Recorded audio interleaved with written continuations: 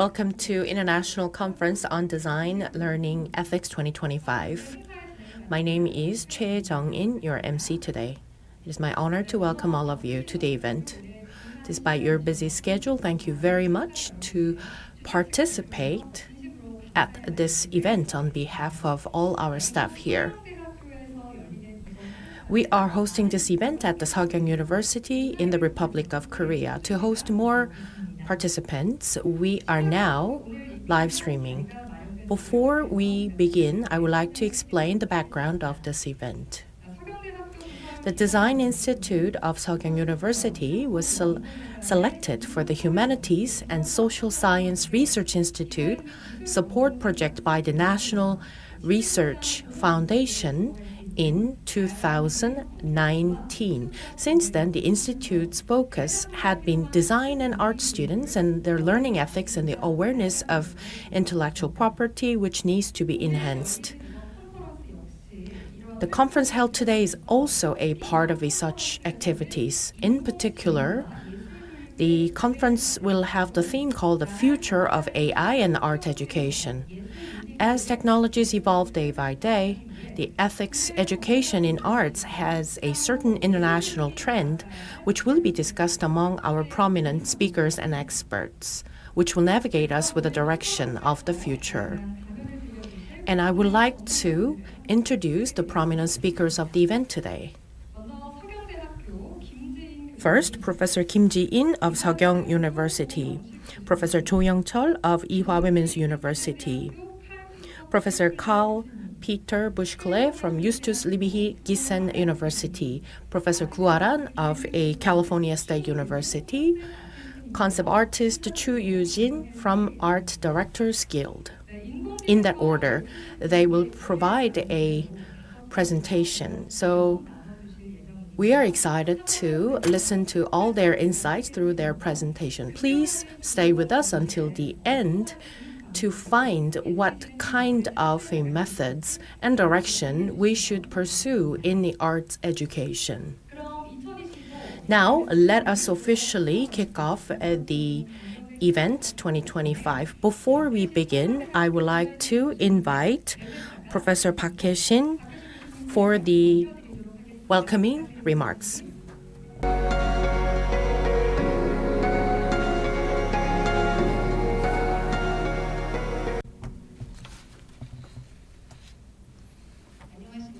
Good afternoon. It is nice to meet all of you. I am a professor of Division of Design of Seokyeong University. Today, under the theme of the future of AI and art education, which is an interesting and timely theme, we are opening this global conference. I'd like to thank Professor Kim Ji-in, the Director of Institute, and all the speakers and fellow researchers. And I would like to also thank all the speakers who have prepared their presentations and all the online participants through our online venue. I'd like to extend my deepest gratitude to all of them. 21st century can be defined as the overlapping of technology and creativity to create new opportunities. AI is not just a simple tool, but now the expression of art and the essence of education are being restructured by AI. AI is joining the art process to work with artists and is increasing access to learning to expand the potential of creativity. It is opening up a new world to all of us. However, such changes do not stop just as a technological advancement. AI will bring potentials and limitations to art education, and we need to discuss what kind of futures we will create through them and what kind of values we should give towards our future generation. The Design Institute of Seokyeong University has gathered the experts of design and art here to provide a chance to cooperate and share insights. I hope this venue serves as the opportunity to share different perspectives and experiences where creativity and technology coexist. And with such hope, I announce the opening of today's conference. 네, 박혜신 교수님. Thank you very much, Professor Park. I hope this serves as the venue to fusion of AI and art. Now we will begin the lecture in earnest. First, as the first lecture, the present future of the learning ethics, education in design and art field. Professor Ji-in Kim of the Department of Design at Seokyeong will give the presentation. Be given by Professor Ji-in Kim from the Division of Design at Seokyeong University on the topic The Present and Future of Learning Ethics in Design and Art. 네, 교수님 진행. The floor is yours, Professor.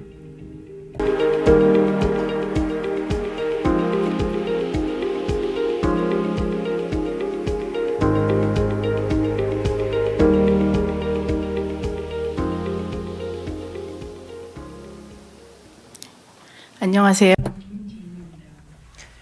Nice to meet you, everyone. My name is Kim Ji-in. My topic today is current and future of learning ethics education in design and art.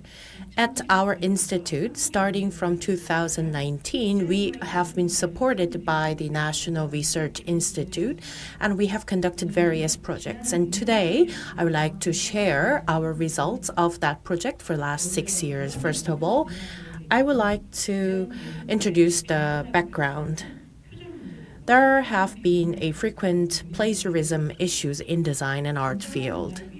For a genuine change, as a professional artist, before they dive into the professional career, I believed we should provide a decent education. That's why we pay attention to the ethics education. As all the scholars should be based on the ethics, there should be a design major specific ethics so that we can solve the repeated problems. That's what we thought when we started this project. However, most ethics materials were focusing on the human studies or the pure science. That means that it doesn't reflect the characteristics of the design and art major education. That's why we realized the need for the learning ethics training suitable for design and art majors.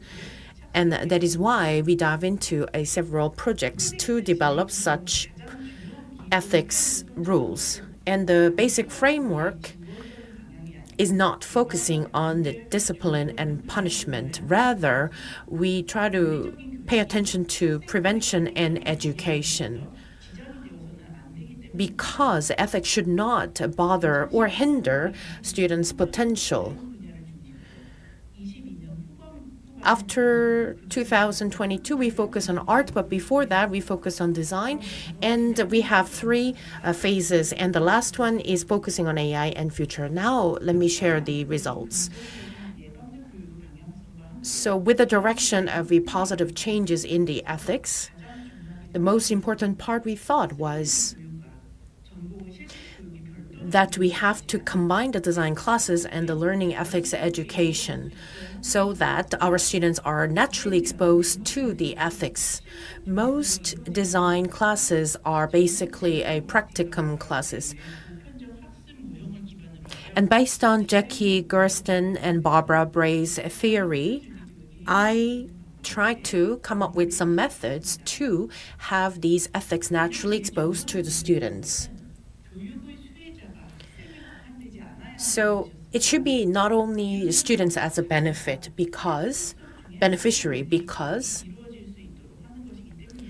we want to hold these classes while delivering the contents of the ethics. And that means that both students and the professors should be the beneficiaries of this ethics education. And through all the professors on site, we need to deliver these concept of ethics to the professors as well.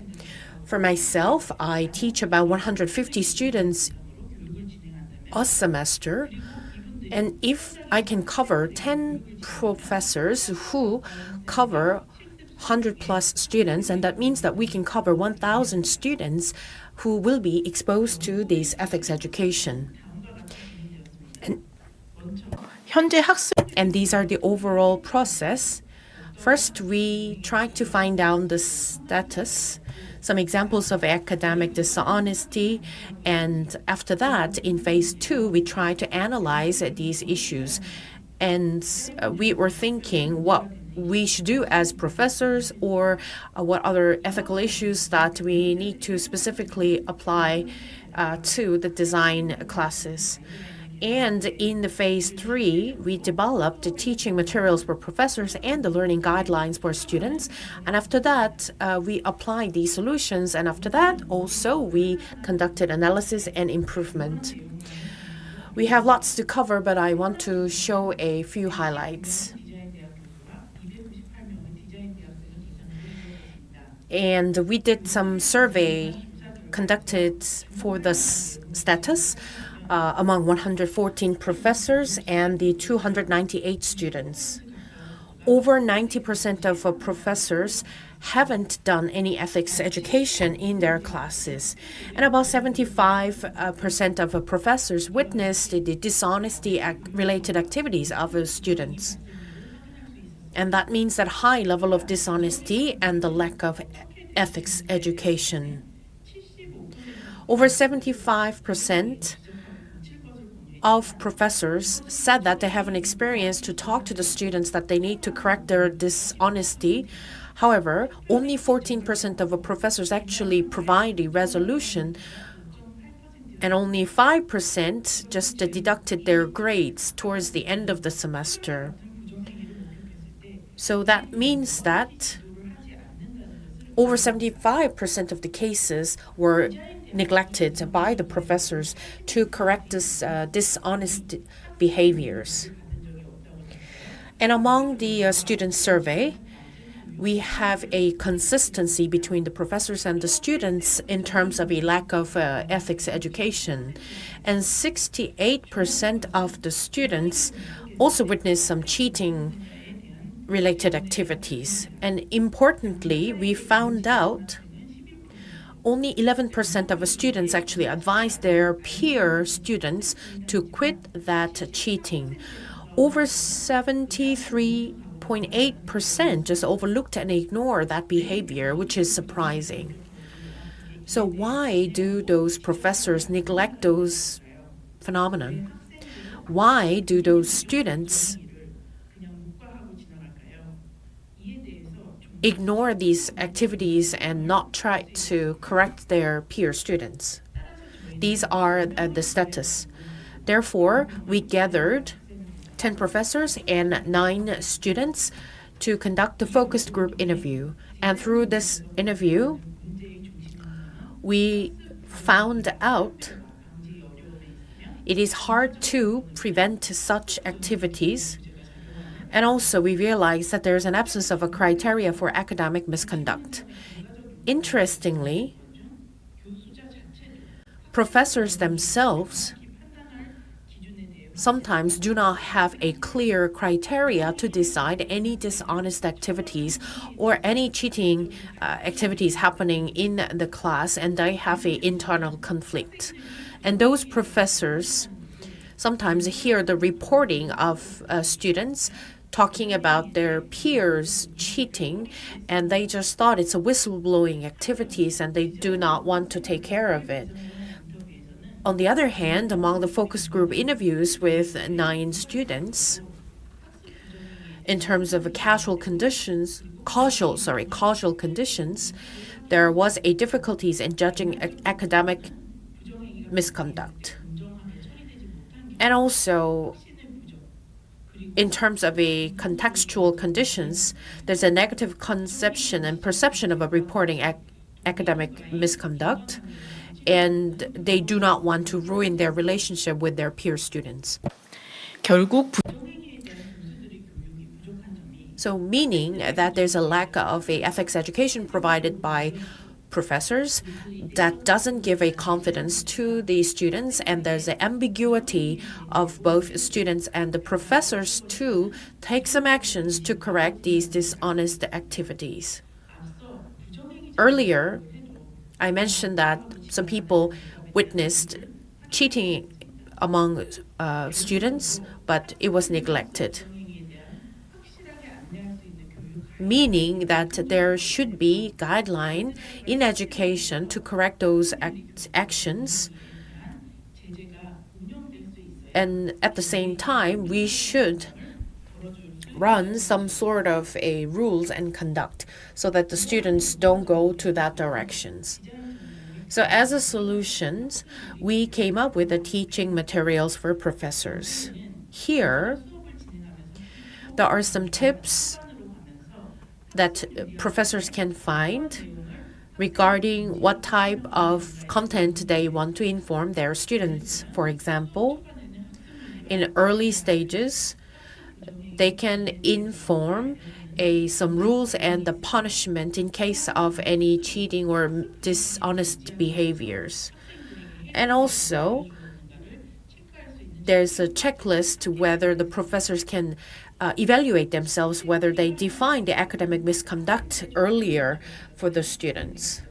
And also we have the learning guidebook for students, and a design process note was created for students to utilize.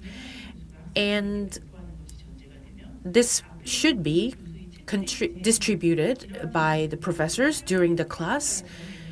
And also for the professor's evaluation, this is a part of the item. And also professors should be able to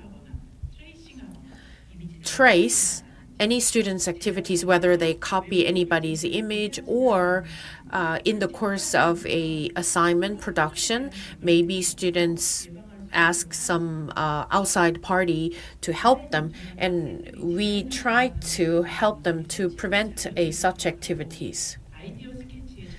Design note can help them to gather their idea and the reference that they used, so that they try to avoid the plagiarism in more visual way. More importantly, all these teaching materials should be useful, and we wanted to test whether it's useful. Martinage and Stage's TMI model was combined and referenced by us, and in the stage of the experience, students can use their design note, and then at the end of the semester they can do their checklist. And through all these activities, we can still provide the practical curriculum for the students, and they can be exposed to the decent content of the ethics education. A total of 103 students were under our survey. Over 90% of students answer that this type of ethics education was very useful and effective to prevent any plagiarism. And to compare before and after the class, students became more capable of any idea collecting or design assignment abilities, and they improved between week 2 and week 15. And also it was a great news that this didn't hinder the curriculum itself, and that means that we reached the goal. Additionally, we try to encourage our students to use the design note, and we also had a group interview among those students who used the design note.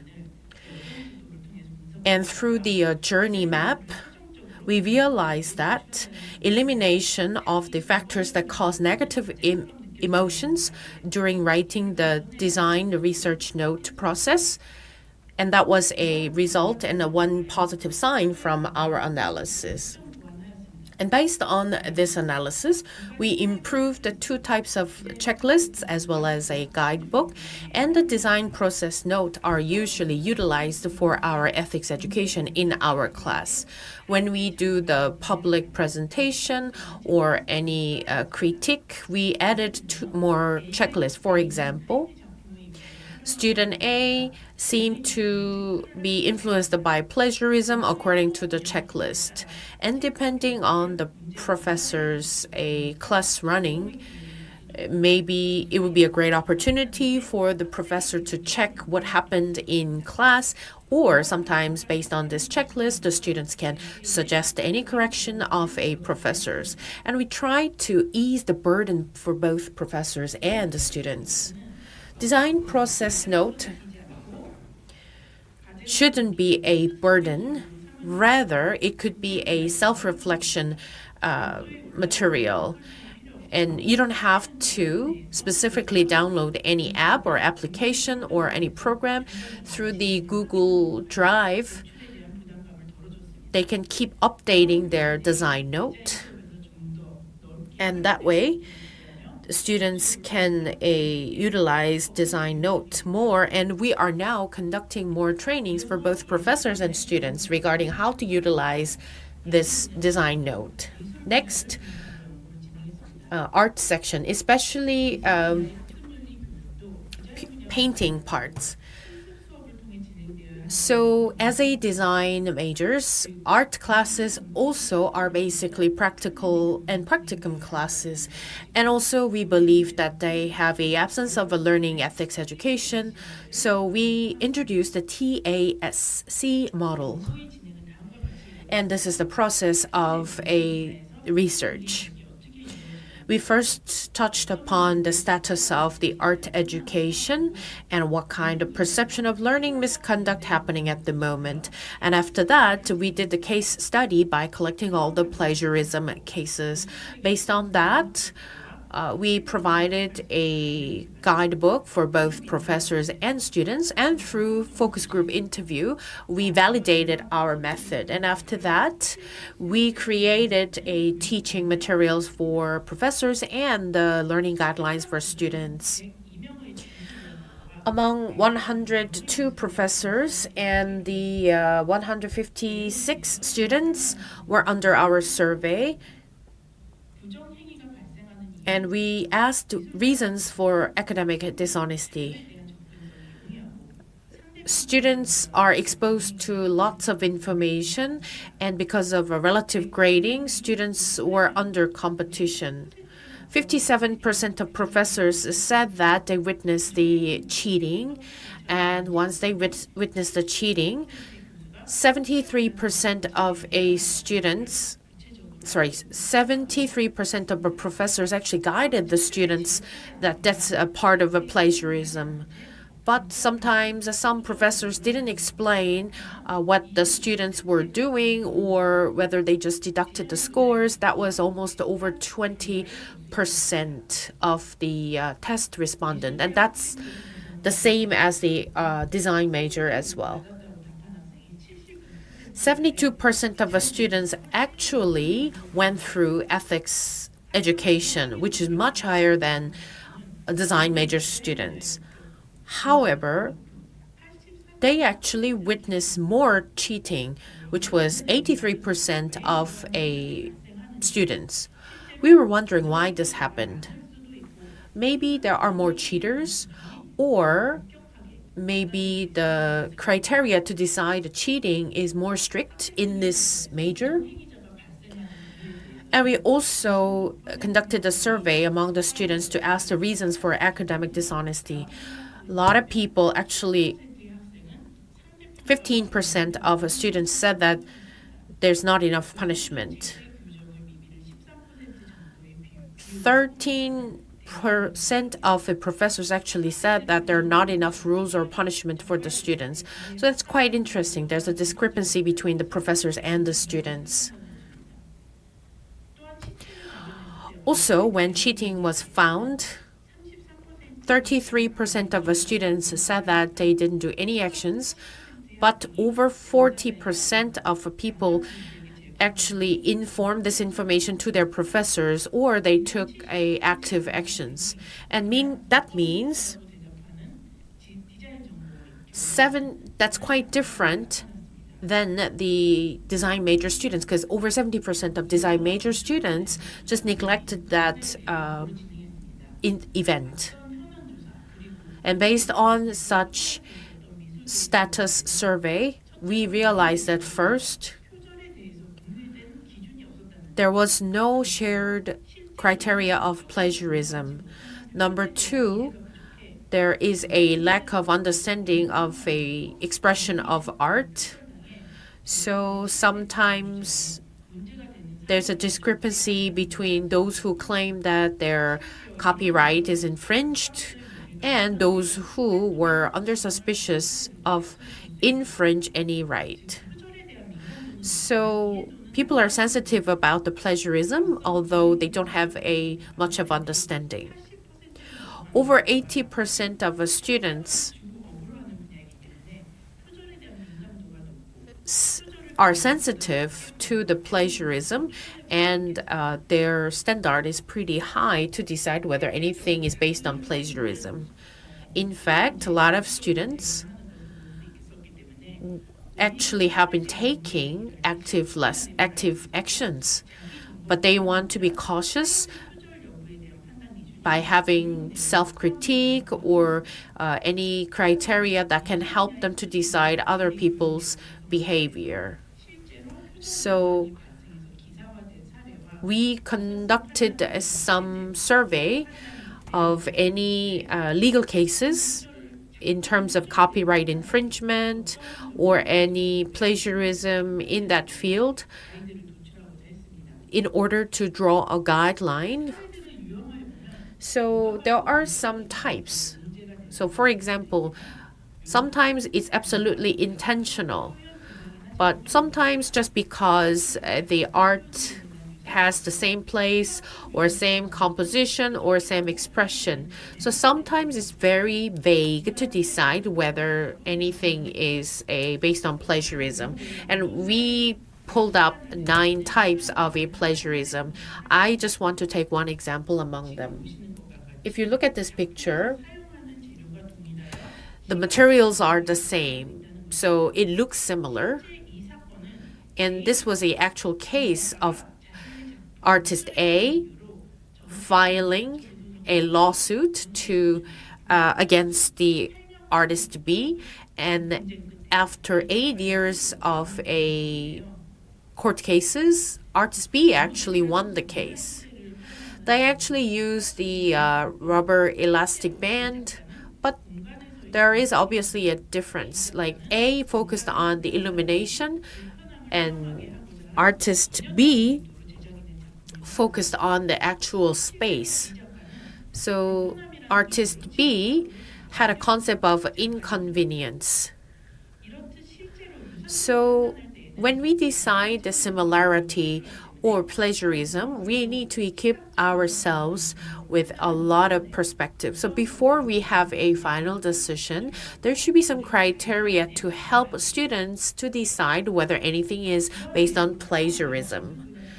So we also created a guidebook and checklist that can be helpful for the design major people and the art major people.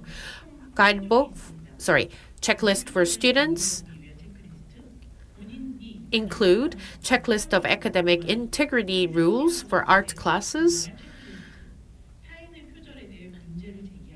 And before you raise the issue of a plagiarism, you can also utilize another checklist that we created.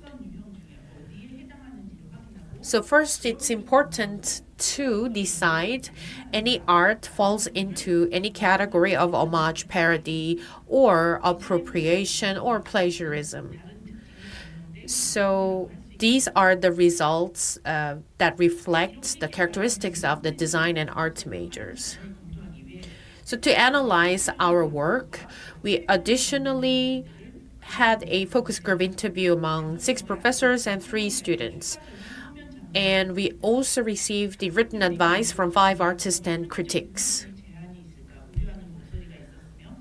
Some professors worried about these criteria that may limit a students, and we are now modifying our guideline based on their advice. Last but not least, based on this learning ethics materials, Wallace Berdinet had a TSSC model, and we applied that.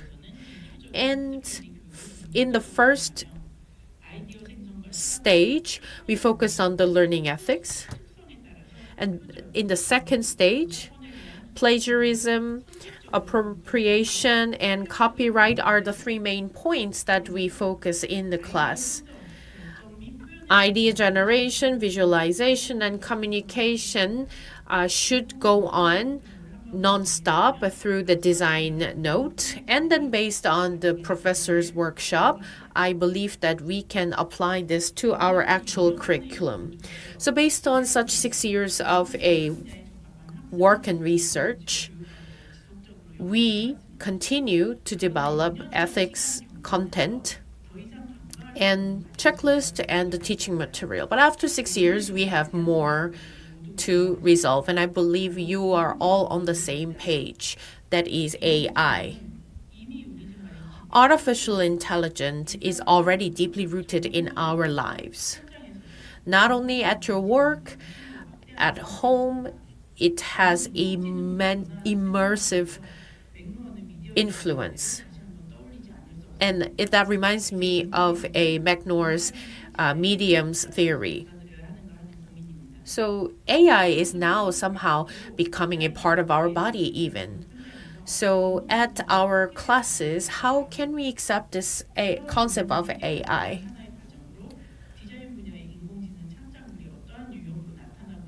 And first, we need to look up what kind of the artistic art pieces are out there available based on the AI. And as a result, AI is used as a tool to create some art piece, but also it's increase efficiency. But it can be also used to have a recreation. But sometimes we can do repeated prompt input to have the result we want, and that's how much AI is infinite. And we have these 5 categories in terms of use of AI in design classes. So sometimes we will get a help from the AI, but how much we allow the AI in the human activities, and that's something that we need to keep focusing on. Then at what extent should we allow AI to come into our AI and design education? These are some issues and many more issues that need to be solved and overcome and focused by our design institute of our university. And I believe here at now, all of you will give us more insight in the future, and that wraps up my presentation. Thank you.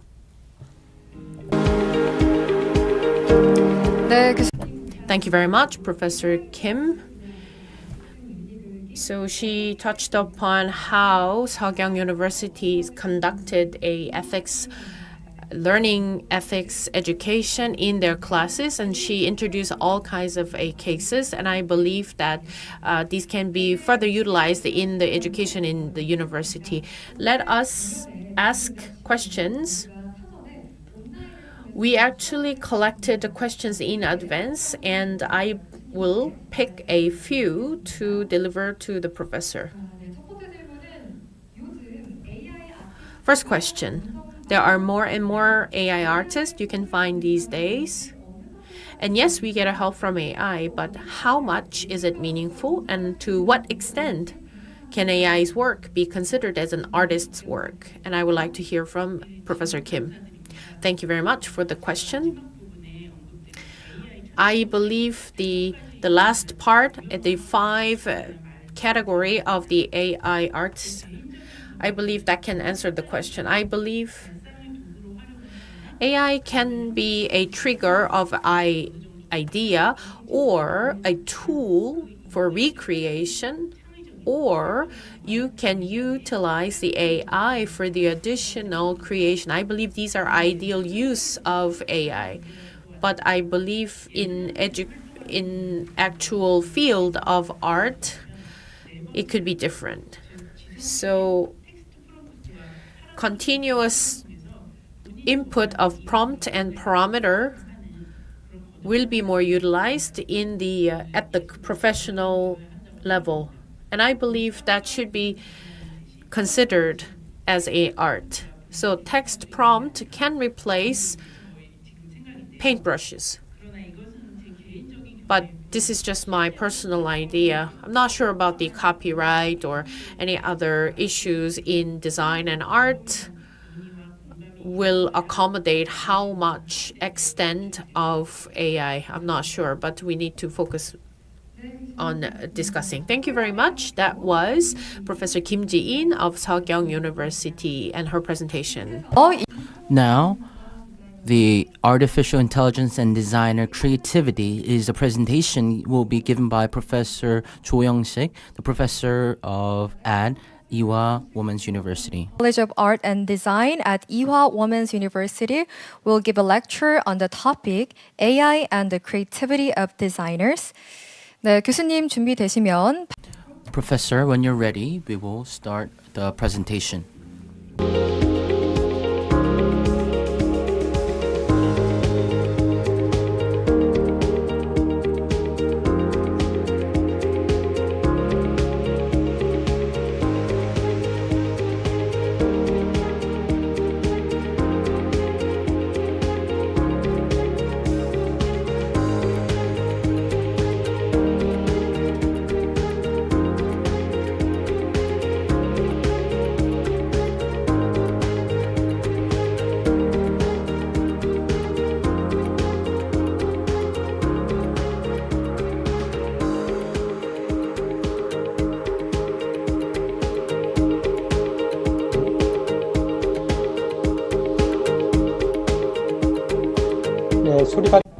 Can you hear me?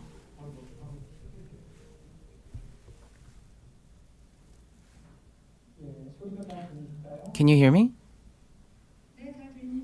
Yes, we can hear you. You can proceed now. Thank you very much.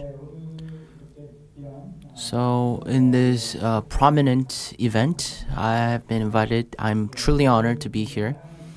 So we have different areas of presentations and topics, and we will share different ideas and insights. So I'd like to talk about this, my focus area, which is I'm interested in.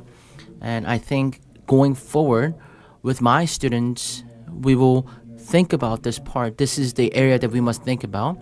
So I'm the professor at Industrial Design major at Ewha Women's University. Today, I'd like to talk about this topic. So there are about 5 contents that I would like to talk about. Number 1 is the AI and designers, the background, the creativity, and how we should respond to it.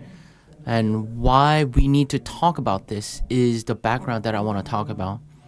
I think it is a very important part, an intelligence. What is an intelligence? And we should look into that. And then I think this is the key point, or it's the key issue, it's the creativity. Can AI replace creativity? I think that is the key topic. Number 4 is, in order to do that, coming future, we will have to talk about design education. So then the students of design, what should they prepare for? What should they be ready for?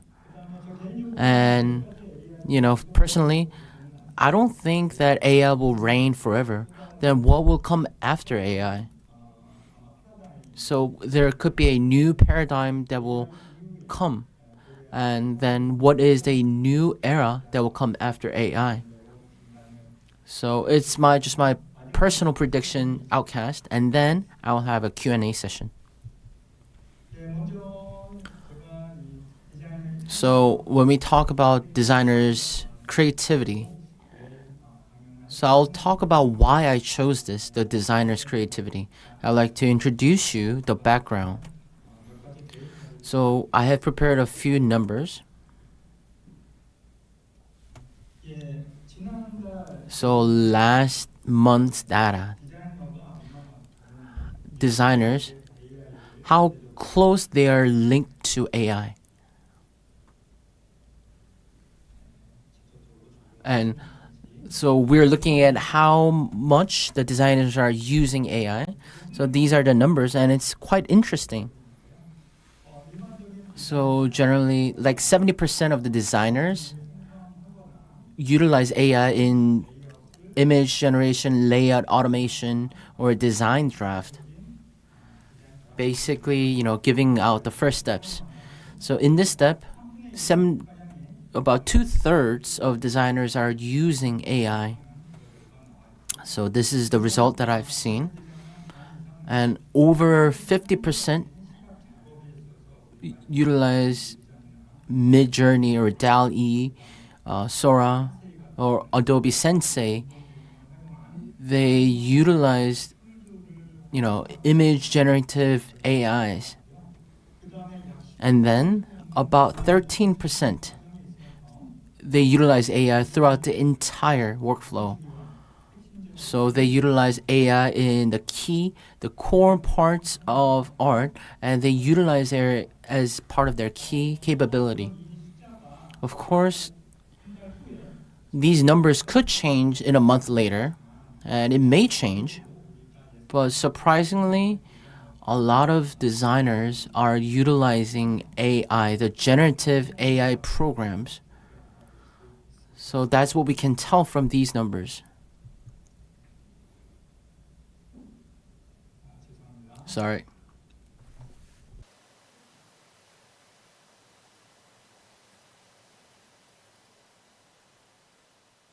예. Next part is this. So I am teaching design management at a graduate school. Last September, one of my students, of course, this student is also, working as a designer. So, and is a team leader at a fiber company. And currently this student had 5 members, and 4 of them left the company. And the reason why is that most of the works can be replaced by generative AI members. So there is no reason for the company to maintain all of these members. So from the company perspective, they were very negative. So that is why 4 have quit, and this student is the only one doing all the 4 other people's work. So that is why the generative AI's capability and the roles are getting bigger. So it's just an example, but around us, in actuality, we are utilizing AI to replace. So we can see a lot of AIs being utilized in our daily lives. And next slide, I've never made a video. I don't know how to, edit or make a video, but I used a program called Sora, and I've simply made this video using prompts, participating in this event. So it's just a short video clip, 10-second clip. 앞에 모습. So this is me.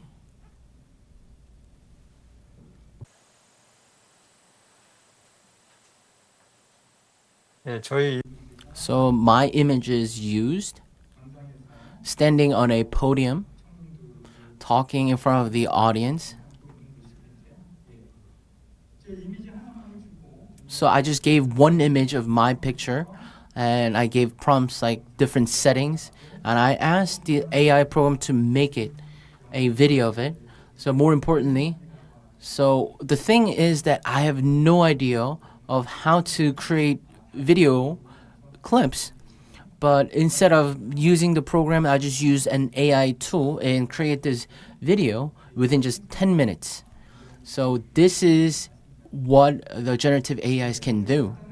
So simply put, it shows why AI is a big threat towards designers, but also an opportunity for designers.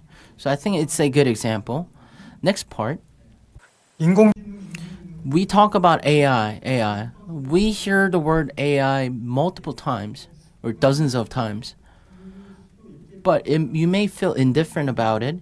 But then if you ask the question, what is intelligence? We need to reflect the true meaning of intelligence. So then, of the many topics that we will discuss today, so what is artificial? What is intelligence? What is designer? And the key point, what is creativity? What does it all mean? So we will talk about each and one of them from different perspectives.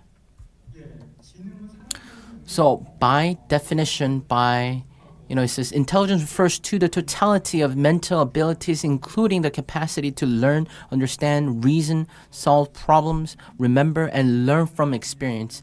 All of this combined is intelligence given by the dictionary. So then we talk about AI, but then what is the opposite of AI?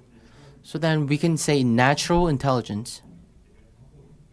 간단하게 자연지능이나 So then what is natural intelligence? We must know what natural intelligence is to have a better approach towards AI. So I will show you examples. So when we talk about house, I'll talk about house as an example to talk about AI and natural intelligence. So in the primitive times, there's a big playing field and people live there. But as they lived there, there was rain, there's wind. So these people needed somewhere to hide. So they needed a shade, somewhere to rest, to hide from natural disasters and so people gathered. So they built something so that they could run away from wind and rain. But as they did this, around their environment, there were animals, dangerous, wild animals and creatures.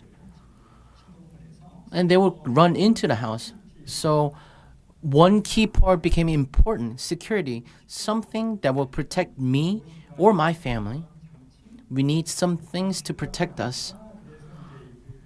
So that is why they made their houses even more stronger and safer. So for years, they were protected from, dangerous animals. And they were able to protect themselves and their families. But they had to fix it every year. They had to spend a lot of time to fix and to renew them. So they looked at ways to maintain the durability. So instead of woods and hay, they start to build with rocks so that they can stay there longer. And then these rocks crumble, collapse, and you need to continue to fix them. So then how can we have sustainability? How can we live there even longer? So then it became more sophisticated. So it became like this, a type of residence. And probably they lived in that house with their family. But as they lived their lives, there were inconvenient parts. So they wanted to get rid of the inconvenience. So they started to have stoves and utensils. And one by one, they went for convenience. They start to have needs for convenience. So in order to have convenience, they created items that will give convenience. So eventually, when we talk about intelligence,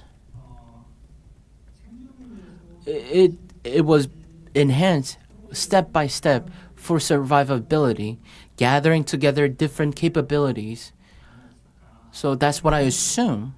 But the thing is, in the beginning, when they were building a hut, and ultimately, in order to maintain a convenient life, you start out with one or two people. So protection, you only needed two people for their intelligence, but for security, durability, sustainability, comfort, and convenience, you needed more intelligence. Intelligence from more people. You required bigger and larger intelligence capability. And I think that is a way for us to understand the definition of intelligence. So then, intelligence is when we talk about this. If I elaborate a little bit more on this, I think it's a bit like a puzzle. We, put puzzles. I know you have, made puzzles before, but you put the piece one by one, and then eventually you get a final product. I think in the beginning, in the same sense, design, there is a person who makes, and there is a person who designs. And when they come together, they wanted to have a well-made design. And they build one by one. And if we expand it, for example, of a house, you design the house, you have the right installations, you have the right creations and constructions. And when you do have time, you have gardening. So this is intelligence. Various types of intelligence are gathered.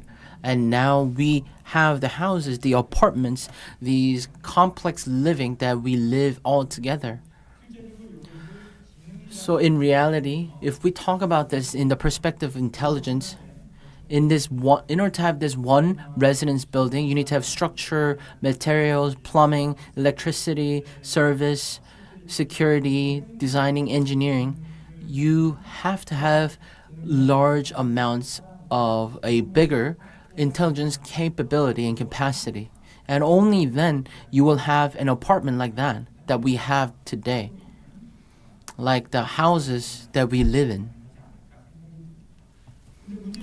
But now, slowly, these intelligences, each pieces of intelligence is being replaced by AI.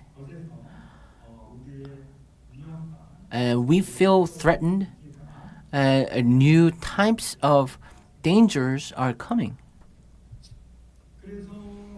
So then, ultimately, all of these intelligences are different and various. So combining all of this, we call this multiple intelligence, is what Howard Gardner said.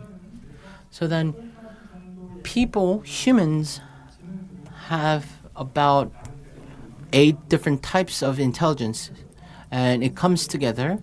We build a society, we build culture. So of those, there is linguistic intelligence, logical, mathematical, spatial, bodily kinesthetic, musical, and different types of intelligences. So there are designers and artists around us. So of many different types of intelligence, typically artists are more of the spatial intelligence. They would have a stronger intelligence in the spatial feature. And finally, designers' capability, the competence, in a way of the function of designers will end. So in my personal opinion, it's a matter of fast or slow. It will come eventually, no matter what.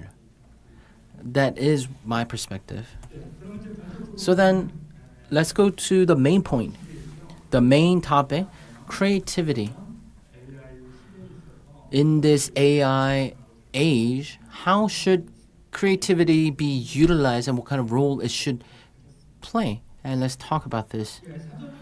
So by definition, by dictionary, creativity is the ability to create new ideas or solutions, as well as the capability to implement or apply those ideas in reality. So various types of capabilities bringing ideas into the world. This is the dictionary's definition. So I think this will be the key part of today's presentation. So I think we have this misconception. We think that creativity is new idea or something originality. Maybe that's the misconception that we have. Because creativity, fresh new ideas are different concepts. But sometimes we, use them for each other. So then, how can we have creativity? Because with only ideas, you cannot have creativity. Because that was given by the definition.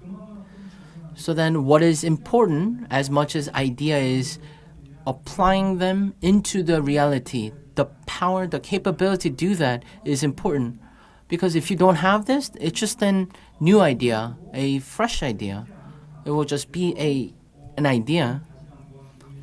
So that what I want to emphasize is that having this idea and reality and having the right balance between these two is the most important part of creativity. So then, in having creativity, there are various, competencies that we must have, and I've divided into 2. One is being logic, rational. About 50% is that part. So we need to compare, compute. We need to have logic and rationality. So this is your rationale. But other capabilities, other competencies that we must have to have creativity So only 15% is logic and rationality. It's only the tip of the iceberg. But in putting out the creativity, the 85% lies underneath. And I say imagination, ideation, intuition, empathy, sympathy, insight, emotion, symbols, and metaphor. So I think these are the very important competencies in putting out, creating, having creativity. So then we need to have the right balance of these competencies. And of course, as mentioned before, there's a logic, rationality, 15%. Well, it could get bigger, 20 and 25%. It is growing.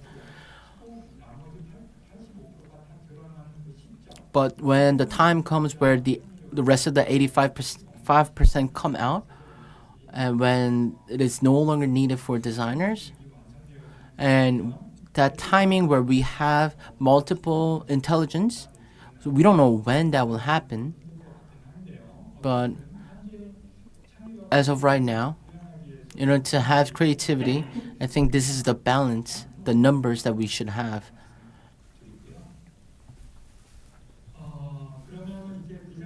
So then, designers' creativity versus AI creativity. What are the differences? Let's look into them by looking into a few different cases.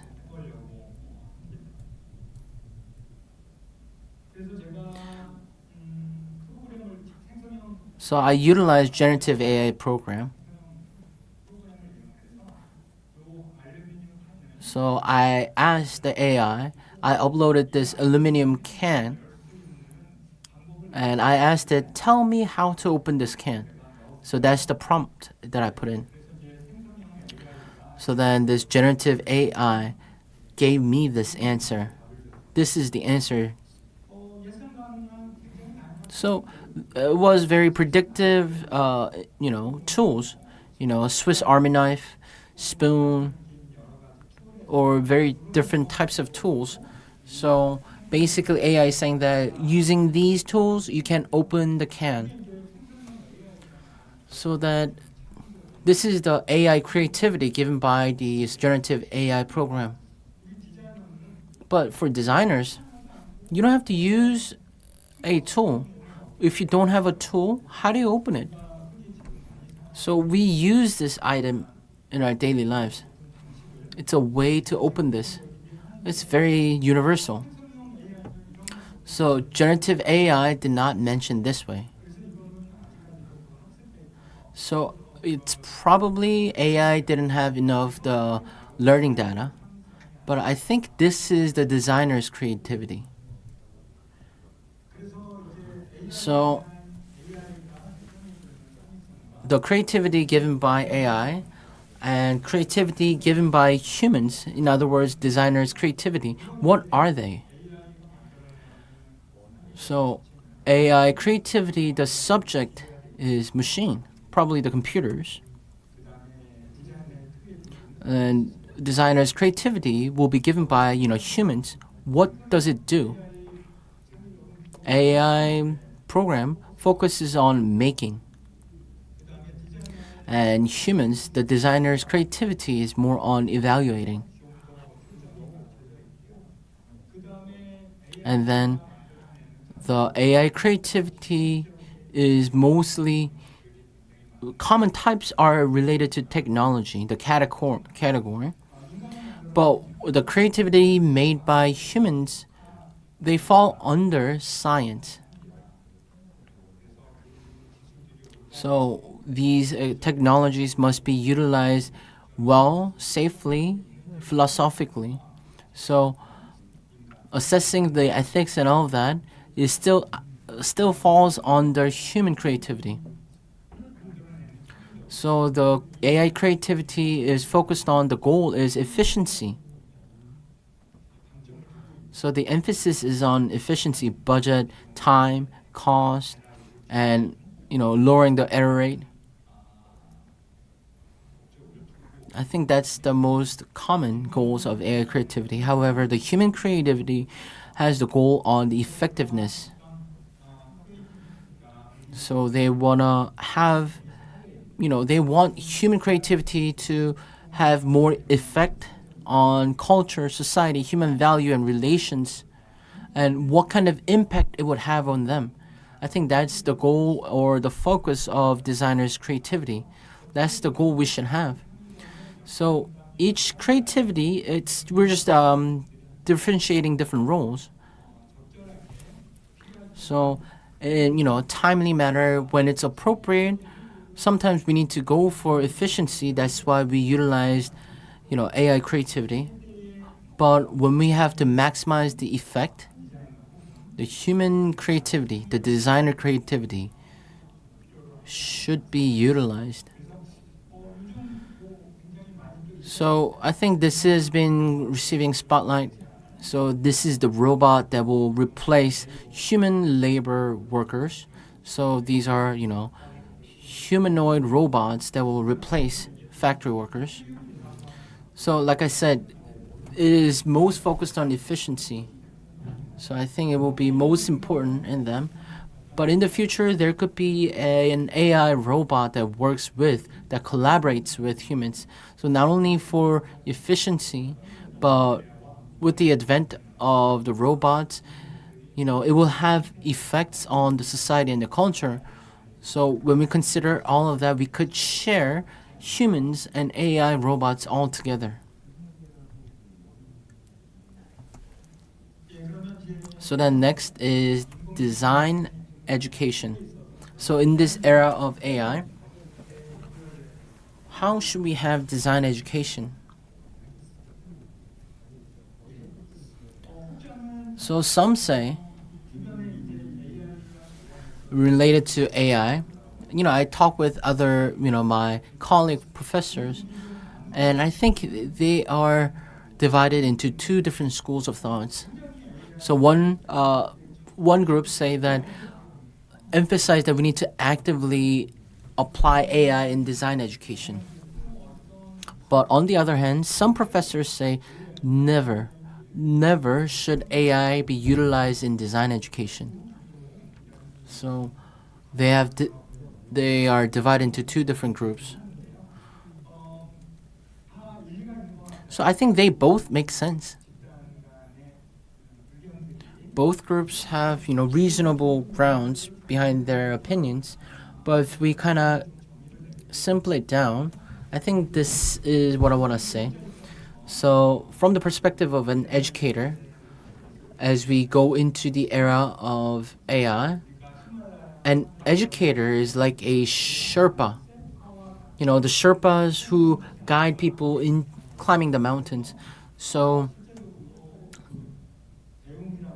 when we say learning, when we have this education, this big mountain of learning, we need to help the students to reach the top, the zenith.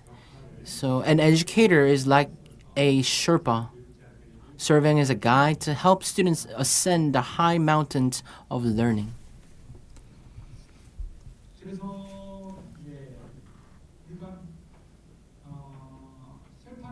So Sherpas, they start off from the base camp, from the lowest point, and they go all the way to the top of the mountain, so that so they can lead you safely, quickly, responding to different weathers, step by step, helping the students to reach the top. So I think that's the role of the educator in the era of AI. But if you talk about AI, they don't start off from base camp. It's like riding the helicopter and dropping off students at the top. So I think there could be the AI design education.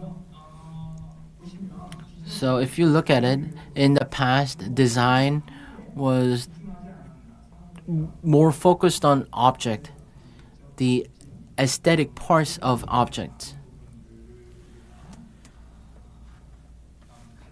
So we put more value in aesthetics in the past. But going forward, when we talk about design education, it's not just the object, but it's about human experience, designing the human experiences. So then, not just the creativity from the object, but restructuring in a creative manner of the behaviors of humans. So then as we do that, we can expand it with the help of AI, and different capabilities of designs could be enhanced. So in the past, if you look at here, this just a simple examples. So in the past, in design education, when we utilized AI to have new designs, so this is speaker helped by AI. So aesthetically, functionally, it is very beautiful and very versatile. So you can have it in your living room, and it is very good as part of your living room feature. And another AI design is this. So, we asked for AI design for the off-road cars. So this was, one of the designs given help by AI. So AI design, as you can see, it is very objectively, aesthetic, and it gives great solutions. Or even the package designs. If you just give simple, commands or concepts, it will bring very aesthetic, brand, premium image of the companies. And this is the EXUI app, advised by AI. So it searches the lawyers, the attorneys. So based on different big data, you can utilize this app, and you can have the analysis of the win rates and the costs of the attorneys.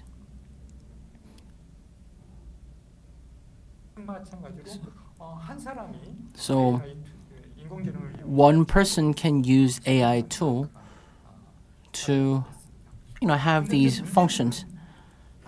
But the problem is it gives out simple answers or easy answers, but then the results of AIs, what's the implication it will have on us? So I put in the prompt like this. So let's say you're newly married, or you have double income family, but there's a baby crying. So the prompt was, how can I clean the house floor at night without waking up a sleeping baby? So I asked for it to create a cleaner that will not wake up the baby. So these are the solutions given by AI. So it's something that you might have seen before. It's a very similar form of a vacuum. So, but instead of that, instead of the vacuum cleaner, we could use these wet mop type of products. So then we could put it on the floor and just wipe it, swipe it, so that it wouldn't wake up the kids. So I think this would be a better solution. But I think this is different from the AI creativity, and this is more closer to the human values. So I asked the students, or I asked the audience,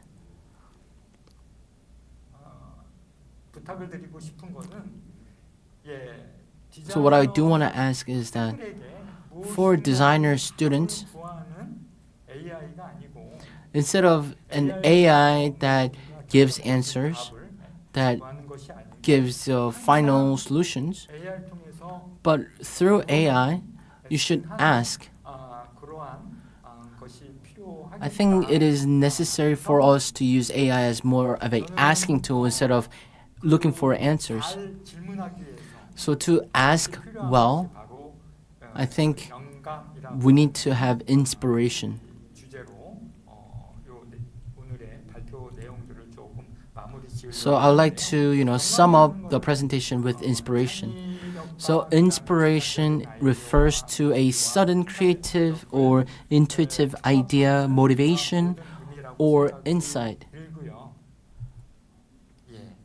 그래서 And 영감이 굉장히 향후에 this inspiration in the future 수 없는 창의력 is something that will not be replaced by AI.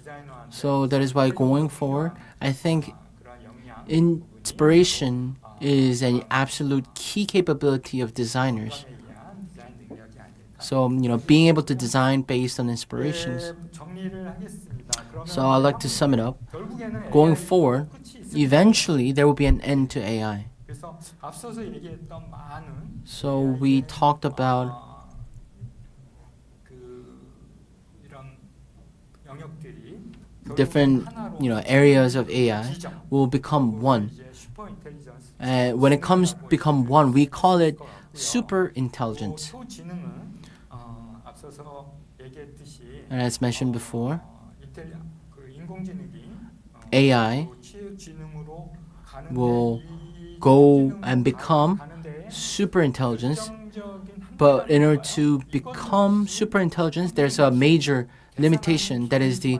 computing machine. Eventually, no matter what it is a computing machine.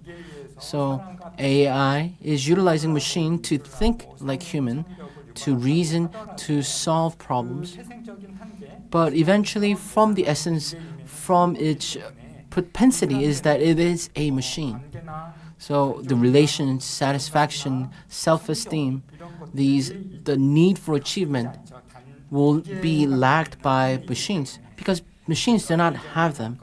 Having affections, being happy, 행복을 추구하거나 아니면 부끄럽거나 or feeling shy, 마음을 추구하는 or having desires will not be, conducted by machines. 그래서 그들이 갖고 있는 강점도 분명히 So of course there are strengths, there are advantages of AI, but we should also look into the disadvantages.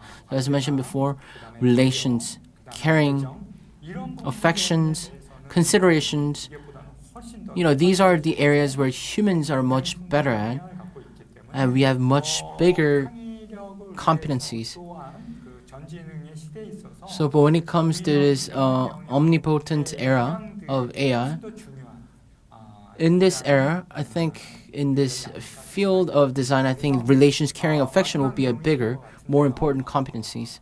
So I think this will be the last part. So it's called heartstorming. You may not have heard this before. So brainstorming emphasizes the rational idea generation. So it was what was mentioned before. But on the other side of the brainstorming is heartstorming. 이거는 앞서서 얘기했듯이 행복을 추구하고 It focuses on happiness, sharing emotions, 사회성 and sentiments, 사회라고 하는 관계를 인지하는 aiming to unite the hearts of the organizational members, becoming one. 개념으로 줄인 다음에 이것이 하트스토밍이 아니에요. So I think that's what we can call the heartstorming. So Dr. Rolf Jensen from Denmark has said this. So I think the heartstorming will become one of the more important capabilities of designers. So there's, competencies of brainstorming and also heartstorming, but if you have both, you would have very strong, designer creativity.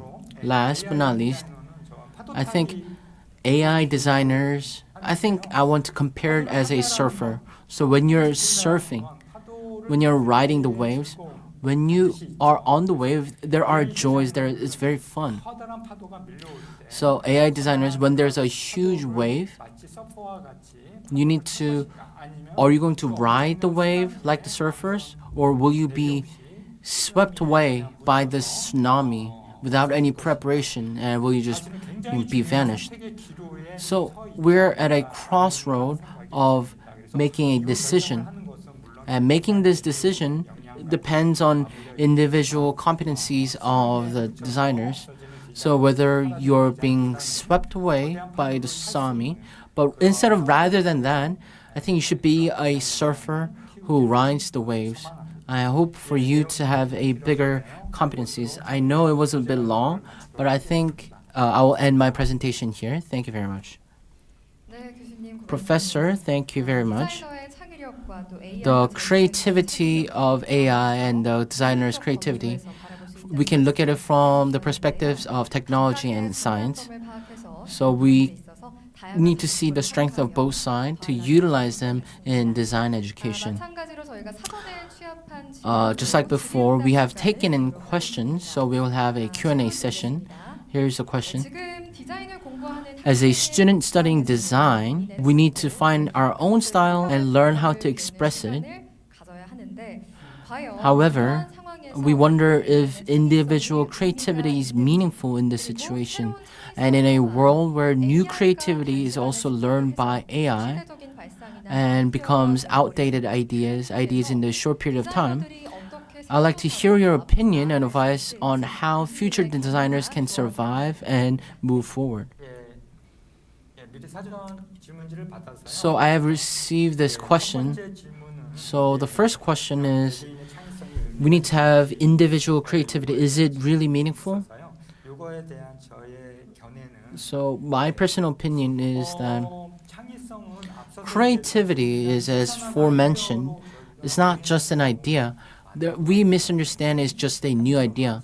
But creativity is not just a new, fresh idea, but applying that idea into the reality, being able to do that. So in other words, I think it's a hybrid. So just having a new idea is not having creativity. Specifically, you need to put it out into the reality. But in order to have that, you need to have experiences. So without experience, with just ideas, you cannot have creativity. So to designers, we need to give various different types of experiences. Number two, so can human designers survive in the future? So I looked into this. So I looked into different occupations that will survive in the future. The jobs, occupations related to creativity are designers. And also, pastors who have, sympathy with other emotions and people. And AI engineers, who will collaborate with AI. And also, technological professions that require high skills, like, chefs. They say, chefs will survive. And also athletes will survive. So even in the era of AI, they will survive for a long period of time. Artists and designers are the occupations that will take longer for AI to replace. So we need to have the mindset of the surfer that will ride through the storm and the waves. So as long as we do that, we will survive until the later on. I hope that was a good enough answer. Thank you very much. 네, 답변 감사합니다. Thank you very much, Professor. That was Professor Young-Sik from Ewha Women's University. Let us move on to the third presentation.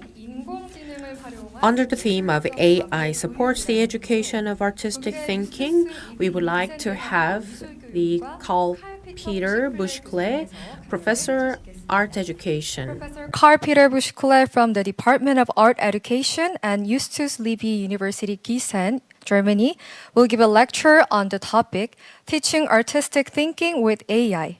Please begin whenever you're ready. Yes, thank you. So, may I have my presentation free?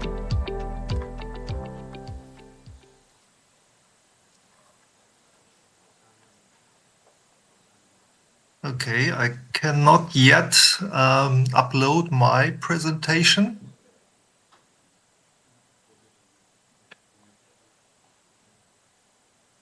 Because it is blocked. Okay, maybe now.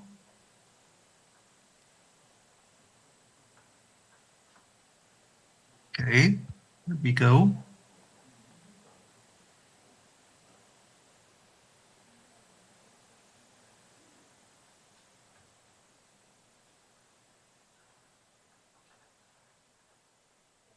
So I hope you can see it.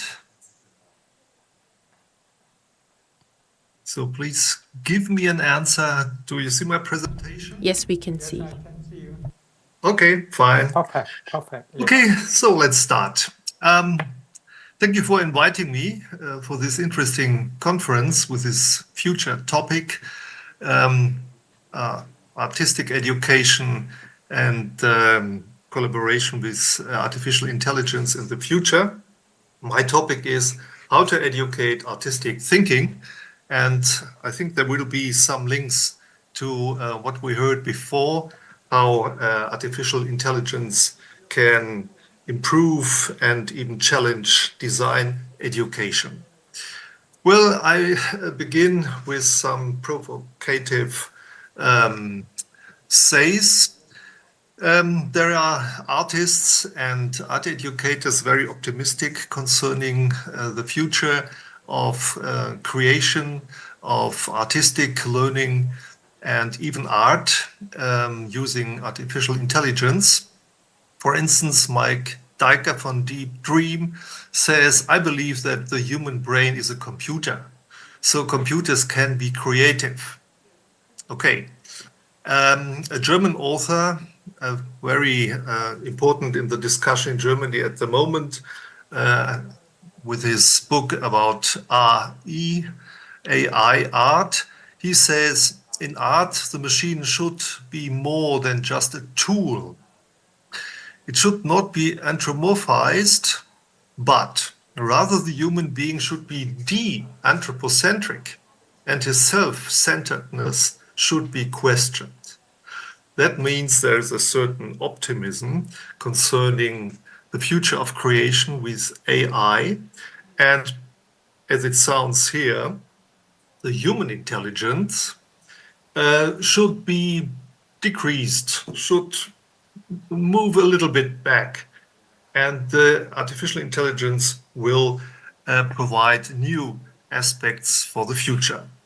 Is that so? That is my question. What can we expect for art education from the artificial intelligence?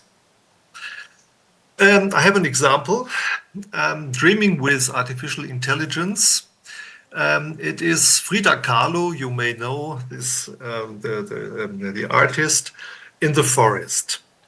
It is this picture created by students in a school festival, and they provided a workshop for the guests of the school festival with artificial intelligence. The pupils asked the guests, well, you may give me any idea what kind of picture the artificial intelligence should create.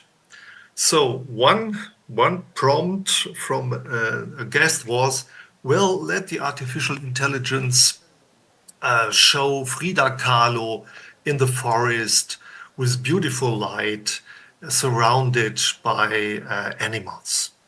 This is what Midjourney suggested, 4 suggestions, and we see maybe not really Frida Kahlo, but a girl, young girls in a Frida Kahlo style in a wood, beautiful landscape with animals surrounding this girl with a beautiful suit in this wood.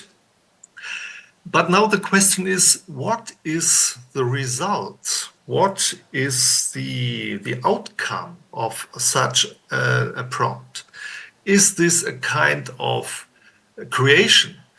As we heard before, the question is, what is creativity? Creativity is maybe not only having an original idea, but creativity is more how to develop a creativity towards reality. And here in this case, we have, first of all, an idea. It was a kind of fantasy of the audience, of the guest. She wanted to have such a picture, but it is a dream picture. What kind of sense does it make for someone to watch this picture. So what is the meaning, the sense of such an artificial intelligence production? When we use it in art education lessons, this might be a good start to talk about the result and the meaning of such a picture. And what may be the learning outcome when we do it, when we discuss such a picture with the students?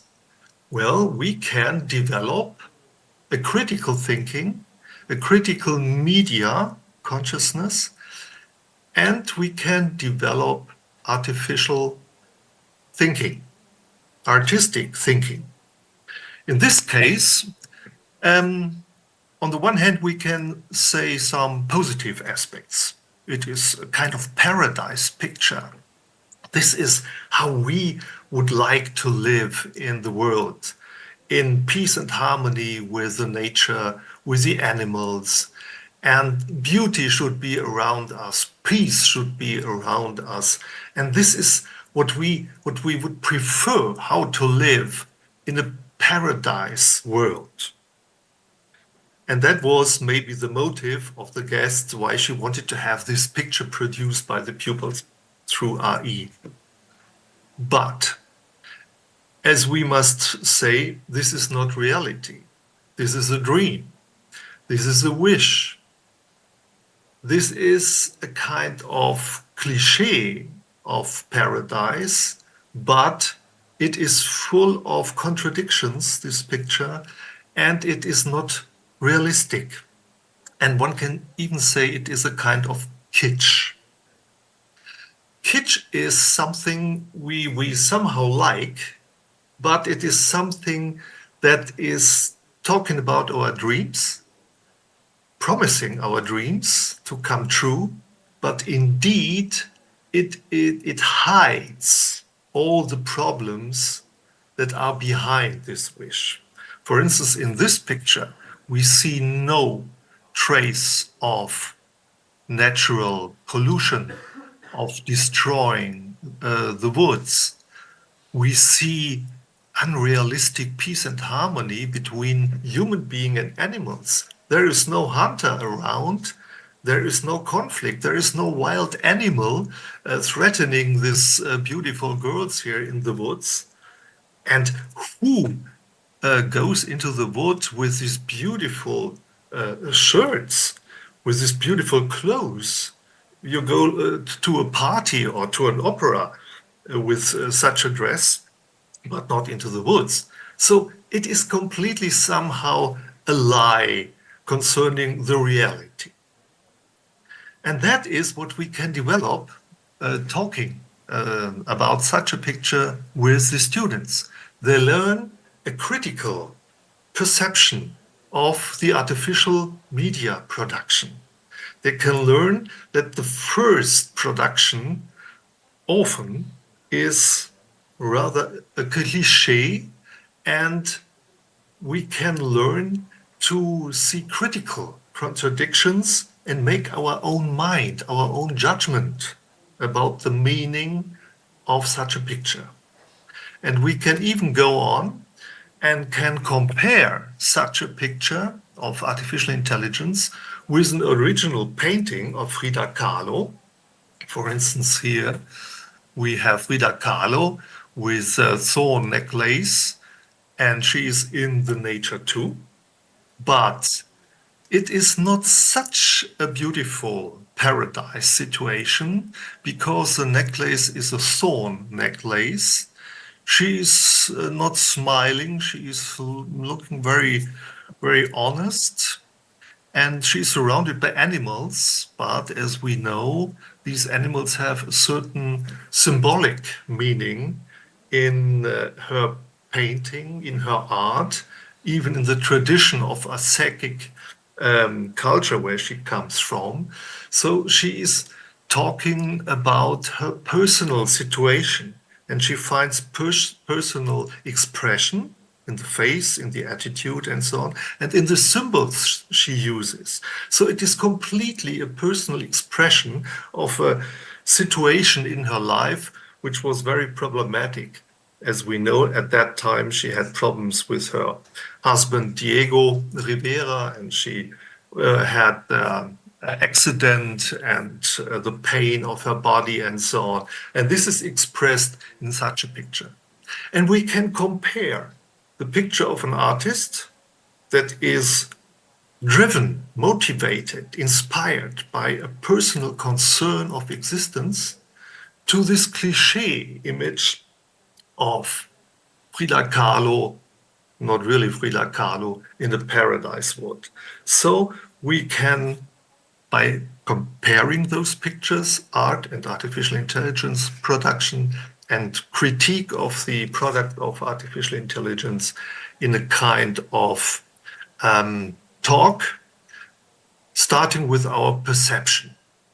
And what can we learn concerning artistic thinking when we do such a discussion of images? We have to learn and we have to exercise a sensitive perception. Without the sensitive perception of what we see, the elements, the animals, the light, the beauty of the girls, the smile, the attitude, the dress, and so on, we cannot come into the meaning of the picture. But also, this perception stimulates our imagination. What is going on here? Why is this woman sitting here? What is the relation to the birds and to the horse and to this combination of deer and peacock? It's a kind of fairy tale animal. So our imagination begins to interpret the situation, and we begin to tell us a story, what is going on here. But then we also start this critical reflection I was talking about. When we see it's a cliche, it's full of contradictions, it's unrealistic, it's a dream picture, and it is hiding all the real problems of man and nature and so on. What is also stimulated is our willpower, the willpower of the students. When we have this dialogue in art education lesson, we have to be motivated to go on, to find out more, step by step, to keep the track. So our willpower is educated too. And also we can teach and learn relevant skills, for instance here, of how to criticize, how to analyze, how to interpret pictures. Well, how to go on when we start with such a critical observation of an image of artificial intelligence? The Conference of the Ministers of Education and Cultural Affairs in the Federal Republic of Germany has formulated 6 competencies of learning in digital education. That means also learning with artificial intelligence. Search and process, protect and safely, that is how to use safely the data and so on. Communicate and cooperate, production, be active with artificial intelligence and present, solve problems and act, analyze and reflect. What we already did is we analyzed and reflect the picture, we made problem solving, we were searching for ideas and context and so on. We communicated in the class and cooperated. What about the point of production in art education? I had made a suggestion, a kind of idea. Let's remain in the woods, not with Frida Kahlo. Now we go in the woods with the students and we make an artistic project living in the forest. Living in the forest may be that we build houses in the forest. That is the topic of the artistic project we are working in Germany in art education lessons, very much with projects that combine creation research, and knowledge. And here, for instance, I have 3 examples of a project I did with students in class 8 gymnasium. They were about 15 years old. We constructed models and we invented models of houses and huts, how to live anywhere out in the nature. For instance, in the middle, you see a house with a leaf, a roof, or for instance, on the right, you see a cocon where you can climb in and just rock smoothly in the woods and so on. So housings in the wood. Not with artificial intelligence. That was a time when there was no artificial intelligence supporting our ideas. We had to invent our ideas for ourselves. We had to make drawings. We had to discuss and we had to develop these models with the hands. Now, exercising this with artificial intelligence can offer different results. For instance, on the left, you see I gave in a prompt to Mid-Journey, well, design a house in the wood with ecological technology and with the natural materials. So this is the first suggestion that came out with green roofs, with solar panels, construction of the house out of woods, and a lot of windows, maybe too much windows, and then we can start to differentiate the first suggestion of the artificial intelligence in order to go on and on with more prompts in order to make it to our design, to our creation, starting from the first suggestion the AI gave us. For instance, you can go on until the point you see at the right. Out of concrete, we make a kind of rock and construct a wooden house in it. And so we create a new way of housing in the wood. It's a combination of advanced technology and of natural forms. You can do it by prompting, you can do it by discussing your ideas to the RE, and the RE gives you new suggestions and inspires again new ideas that you continue to work out. That may be an individual use of artificial intelligence in production, reflection, and creation. But we are talking about artificial intelligence and the art education of the future. I had some idea. We can also go on. We can, for instance, say, okay, now we are living not in the woods, but in an ecological city of the future that combines nature and architecture in a future city that is also reacting on climate change, on global heating, and so on. This is a site you see that is made by a professional team of a German housing company, and they collaborated to produce such a site of a future city. But one can do it with students too, and artificial intelligence can help us. We can, for instance, make a role play. Who is inventing and creating houses? Who is inventing and creating parks? Who is inventing and creating the traffic system? And artificial intelligence provides us with information, with detailed information. So knowledge and information inspires our creation. And this comes into a dialogue. So our creation is really enhanced by knowledge supported by the artificial intelligence. And artificial intelligence can also collaborate with us.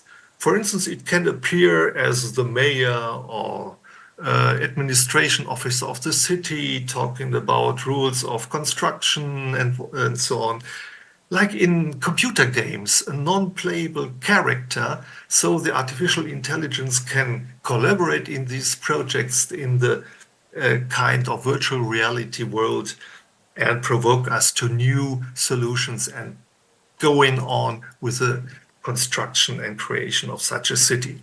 Interdisciplinary, many aspects have to be mentioned and reflected. Imagination is stimulated, collaboration and different roles of the students, and we can even, as we do it now, do it between classes in different countries, on different continents, and we learn from each other. What kind of problems do you have in your cities? What kind of dreams do you have for your cities here, and so on? And so we can also collaborate in international projects. So, learning aspects in an artificial intelligence supported artistic project. Again, artistic thinking is practiced. We have to develop our imagination, our sensitivity towards the form. We have to reflect the necessary knowledge and the context. We have to mention in our creation of the city or of the eco houses, and we have to develop the will again to go on and find the final solution to the project, the end of the work.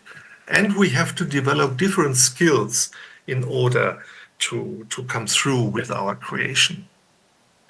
And critical evaluation of the solutions and the different states of the process is also practiced. Interdisciplinary thinking, thinking of natural resources, of discovering natural places where to live and where to work. You can even go out with the students and discover the surrounding of the school. Are there woods or landscape places where we can build our houses and so on? And that means you can walk between real experience and digital experience, and both inspire each other. And by formulating the prompts and also discussing between the students in the collaboration, factual and verbal clarification, our language can be improved. Social media often shorten and cut our language. Now here in the discussion and the prompting, we are forced to differentiate our language. Media self-determination, where should we work in the reality? Is model building with the hands useful at any time, or making drafts with drawings spontaneously, what artificial intelligence cannot do? Discover places in real nature and then go back into virtual reality. Self-determination in media use, and social learning when we collaborate in projects. Okay, conclusion. The first question was, is the human brain a computer? Human beings should be de-anthropocentric because artificial intelligence is comparable or is equal. I think that is a misunderstanding of the human existence as living being, because we are, as human beings, motivated by concern for our existence. Artificial intelligence has no concern of surviving and so on. And art creates horizons of meaning and gives sense to our existence. So art is very important for us to orientate in our living. And we are facing ecological crisis. We are facing also political crisis, democracy crisis, and so on. And that means we have to strengthen the human intelligence, as we heard in the presentation before. We have to educate all our intellectual powers. And that means we should try to educate all the abilities of artistic thinking, sensitivity, imagination, critical reflection, goodwill, and even the necessary skills. Artificial intelligence may be a democratic vision machine and a debate bot and support us in this kind of self-determined and freedom education of our mind, of our mental skills in order to position ourselves in our lives. Democratic vision machine, because when we prompt, it delivers images for us. We can reflect and we can modify. And we can debate with the artificial intelligence certain necessary aspects. It's a kind of competition maybe we are facing now. Human self-efficacy in competition with artificial intelligence. This is why we should strengthen artificial thinking as human thinking for human existence as much as possible. And art education is a very special subject for that. But what will be the future? Artificial general intelligence is coming up.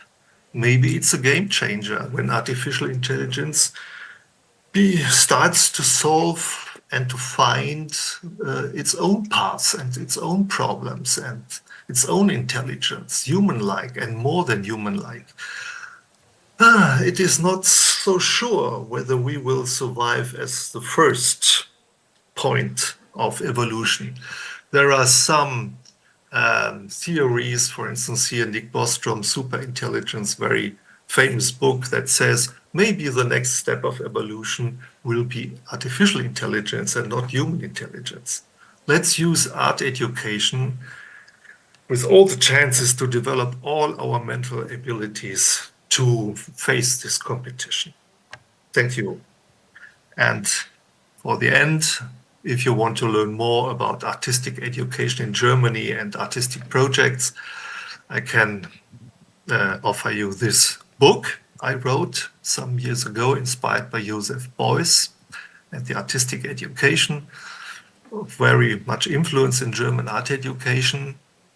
And when you want to learn more about best practice of artistic learning in schools, in art education in Germany, you can see here National Association of Art Education in Germany, and you find the working group for post-digital art education. In Deutsch AG Postdigitale Kunstpädagogik, you find best practices.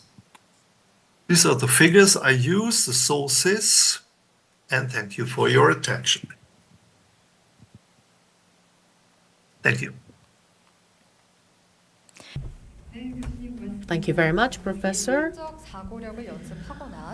To practice artistic thinking or enhance a human ability, you suggested the various ways to collaborate with the AI. Thank you. Before we move on, I will pass along the question we have collected in advance. We kindly ask that you provide your answers. So here is the question. Apart from considering the positive aspects of AI-assisted creations, such as their value and potential for development, who should be the owner of such creations and who should hold the rights? And how is the issue of ownership and rights for such creations currently viewed in Germany? And what are your personal thoughts on this matter? Mm-hmm. Well, I think we have a rather intelligent state at the moment in Germany dealing with those questions. There is no copyright concerning images produced by artificial intelligence. But when personal creativity, individual intellectual creation is done, and it is really an invention of an individual, of a human being, supported by artificial intelligence, then the copyright of the individual image is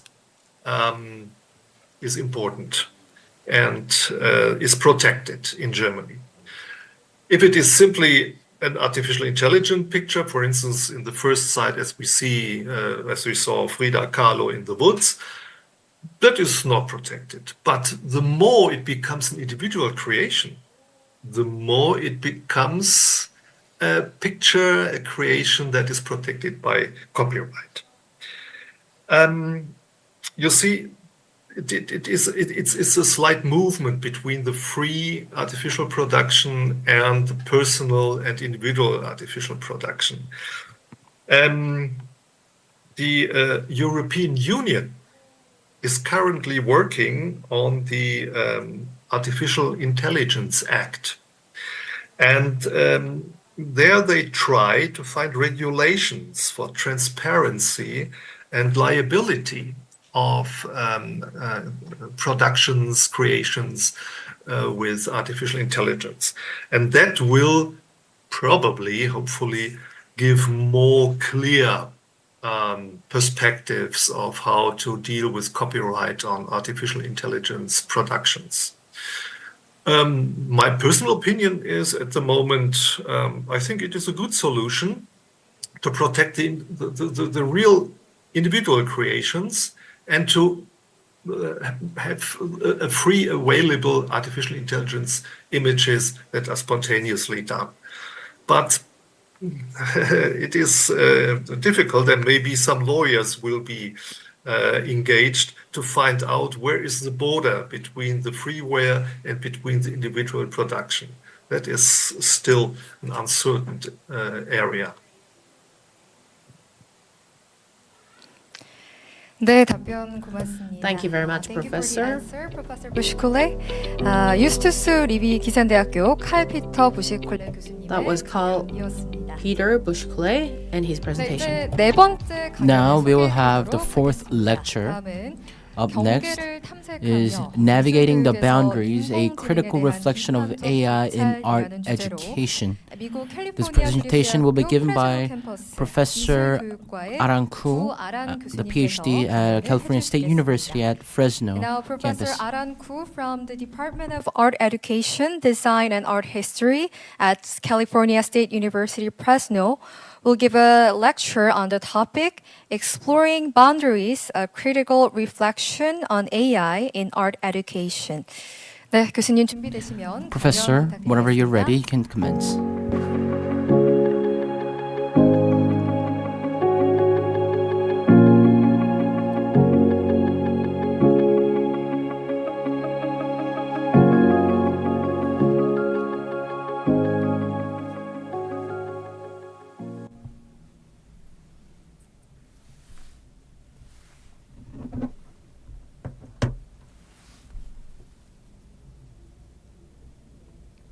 네, 교수님 시작해 Professor, 주시면 되겠습니다. you can start. 네. 안녕하세요. Good afternoon. 스크린 잘 보이시나요? Can you see me? 안녕하세요. 저는 캘리포니아 Good afternoon. 프레스노의 I am a professor at California State University. I'm Professor Aranku. First of all, I'd like to thank the director, Kim, and Lee Jin, the deputy director of the Seokyeong University, and all the related staff of the ICDLE 2025. Today's topic is the critical reflection of AI in art education and how we can responsibly utilize AI in the future art education. This study was sponsored and used a grant by the Research Foundation, and Fresno and the California Art Project sponsored this research as well. This is the table of contents. It is divided into 6. Number 1 is introduction of how we began this study. And for the past 3 years, we've been conducting this AI-based workshops and interviews.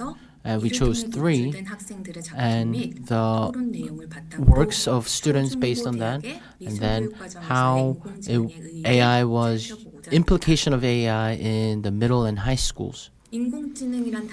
So the word AI became a very important topic for the past few years. So in any field, this topic of AI is an important key topic. Especially ChatGPT was open to the public, And 그 in 파급력이 2020, 굉장합니다. since then, its implication is 일단 제가 great. 좋아하는 현대 작가 중 And 한 명인 it's one of my 고든리 favorite 맥카티의 Courtney 로렌이라는 McCarthy's 작업으로 Lauren. 본 강연을 시작해 보도록 I'd like to start off 하겠습니다. this presentation with this. 해당 작업은 This 로렌이 work was done 인간 by 버전의 Lauren. 아마존 알렉사처럼 So human 프로젝트 version of 참여자들의 Lauren, 사생활을 and it's like 24시간 Alessa. 동안 So this 관찰하며 AI, a 인공지능이라는 human form, is 시대에 looking at 인간의 욕망과 different 욕구, lives of 동시에 human 인간의 people, 능력 and 및 it looks at the 한계성, greeds and the 그리고 relations 기술의 of humans 영향력과 and capacity of technology, 그리고 limitations, 현 시대의 인간과 as well 기계의 as 상호작용에 the 빗대어 잘 표현한 interactions 작품이라고 between 볼수 machines 있습니다. and humans. 과학과 기술이 발전하면서 With the 우리의 advancement 많은 of 우리 technologies 삶의 and 많은 science, 부분이 many 테크놀로지를 parts of our 기반한 lives 플랫폼들과 have become 뗄래야 뗄 수 없는 infused 관계가 with 되어버렸는데요. technology-based 인공지능 platforms, 역시 우리 삶의 and 큰 same 부분이 such 되었습니다. AI has become a big part of our life. 이런 포스털 디지털 시대에 In this postal 인공지능은 어떻게 digital 우리 사회 system, 및 how 인간의 is AI 사회적 affecting 관계성에 our 영향을 human 미치고 lives, societies, 있을까요? and human relations? 저의 경우에 For me, 현대 기술의 사회적 영향력에 the modern 관한 technology's 연구는 implication 2000년대 on the 초반 society 제 모교인 was 이화여대에서 conducted at 디지털 Ewha 아트를 접하던 University. 시절부터 시작된 것 And I 같습니다. began that when I was attending Ewha University in 2021. 현재까지 And since then 디지털과 until now, 관련된 도구들을 digital 이용해서 related 어떻게 사회에 tools are 긍정적인 영향을 utilized 미칠 수 how we 있을지에 can 대한 give positive 고민을 impact 줄곧 to the 지속하고 society. 있습니다. And this has been the question 한 I've been 예로 thinking throughout this entire 2021년에는 time.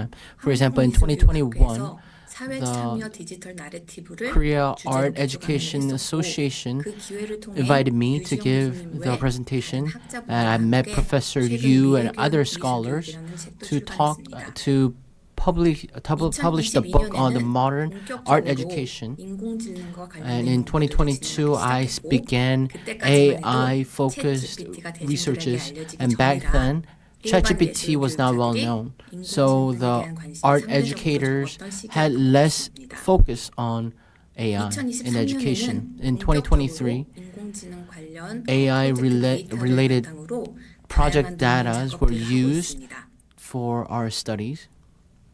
So what I'd like to talk about today is the project that began in 2023 and the AI works of the modern artist and AI's reflection in the modern art scene. The major data for this project is 21 artists and scholars' own artworks and all the presentations and workshops of the people that I've invited, interviews and transcripts, as well as workshop participants' written, verbal, and visual responses. These were the basis of my study. So of those, so the starting point was the contemporary artist, 19 lectures and workshops, and 6 interviews with artists. And number 2, let's look into the artist lectures, workshops, and interviews. In 2023 spring and until now, 21 artists related and AI-related artists were invited to our campus. In 2023, as we have mentioned before, Lauren, UCLA Design Art Media professor Lauren McCarthy was invited, and 6 modern contemporary artists and critics were invited. MIT Media Labs, Alexander Rubin,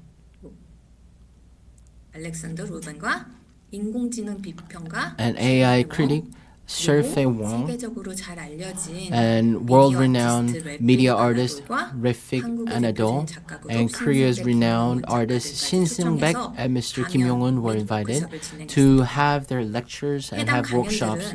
Such lectures were done by the workshop participants so that the participants could learn through various medias and channels. In 2024, we invited even more speakers, so even media theory scholar Reg Manovich And we have invited speakers from the United States, Europe, engineers, robotics, and critics were invited to talk about AI and art education and the crossroads and cross points to reflect on those points. Hundreds of students, professors, teachers, artists, scholars gathered to share in-depth discussions. In 2025, in this spring, we focused on AI and the artists who utilize AI and world-renowned AI artists. And we are still conducting these lectures and workshops. Last but not least, the coming August, Lauren Lee McCarthy was invited in 2023, will come back to our campus again so that we will see the bodily autonomy that was displayed in Mandeville Art Gallery so that the students and the staff could receive the lecture. This exhibition was exhibited in San Diego, and Sesimos, a Center of Creativity Arts, will sponsor this exhibition for 4 weeks to students and to the public. If you look at the interviews, until now, there were 5 visits to the artist workshops, and we had 6 in-depth interviews. There were regional limitations, so typically we went to California, New York, and South Korea. And typically the interview was from 1 to 3 hours. And how these artists utilized AI and why their motivation behind that, and AI's impact on art education, and also the capability of AI in the society. So we asked these 3 different areas of questions. So today's presentation's major focus is of the 25 lectures and interviews. I'll focus on 2 lectures and 1 interview. So first and foremost, Sherfei Wong's was the understanding of the perspective of AI and AI-related limitations of understanding of AI. And also for Mike Taika, he focused on limitations of generative AI. So if we look at Sherfei, she is a Turkish Hawaiian artist working on AI governance. She's a contemporary artist, but she also conducts research and writes critics on the AI. In order to have AI perspective and various to enhance my perspectives, I invited her, and her presentations or her lectures were very important to our studies. Before the workshop, in order to have the discussion on AI, engineers, we don't have to be engineers, scientists, or technicians to talk about AI. She said that AI discussions should be very like human experience, and we are all stakeholders, and everyone is valid in having an opinion or wanting to engage with AI.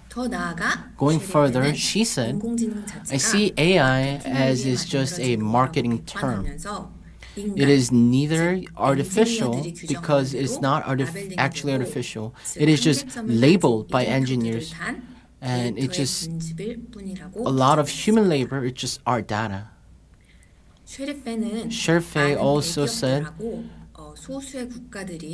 major companies and countries are facing limitations due to privacy violations, manipulations, propaganda, and disinformation. It creates division between people and spreading fake news.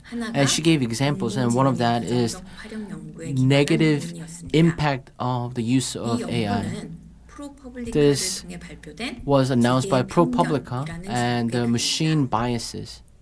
If you look into this article, throughout the United States, 범죄자들을 예측하는 소프트웨어가 It's a software to 흑인들을 predict 대상으로 the criminals throughout the United States, 결과를 and it is 내고 saying 있다는 that 주장입니다. African Americans are 여기 예시를 negatively 보시면 impacted by this. 흑인과 If you look at 백인, this, there 이 is 범죄 a 예측 Caucasian 추정도가 실제 and 결과랑 African American, but the 흑인이 actual 훨씬 prediction 높은 것을 rate 보실 수 is 있습니다. that against the 여기 지금 predictions, 오른쪽에 actually 이미지가 Caucasians are much 보이시는데요. higher. So on the right, you 이 can see this 이미지를 image. 보시면 If you look at it, 흑인, Caucasian 훨씬 and there's 범죄 African American. 예측 The 추정도가 risk was 나오지만 much 실제는 higher for the 아닌 거를 person on the right, 살펴보셨고요. but if you look at the actual data, 이런 that is not true. 시립 때는 So 사법부에서 Sherry 흔하게 Face said 활용되는 that 이런 Ministry 인공지능에 the 기반한 Ministry 소프트웨어들이 of Justice utilizing these AI 포함 softwares and includes racism and it has multiple limitations. 다음으로 소개드릴 예술가는 And the next artist is Google Google engine. He was a former Google engineer, Mike Taika. He focused on biochemistry and biochemistry, and he got PhD in biophysics. He's an engineer. He joined Google in 2012 and created a deep dream utilizing AI to create artworks. And especially Mike Taika, for the first time in 2016, put out a deep dream art show that has led the gray area. It's called AMR as well. He's a co-founder of AMI. In 2017, he worked with Rafik Anado to have a archive dream. If you look at the images here, you see pictures of watches. Mike Taika showed this during his presentation. OpenAI's AI program, DALL-E 3, was used for this. If you look on the left, as you can see, the prompt was create a watch that shows us that 1 o'clock. But on the left, if you look at the images, it's showing 10 o'clock. Mike Taika said that current generative AI programs are very dependent on the prompts. Most of the watches are utilized.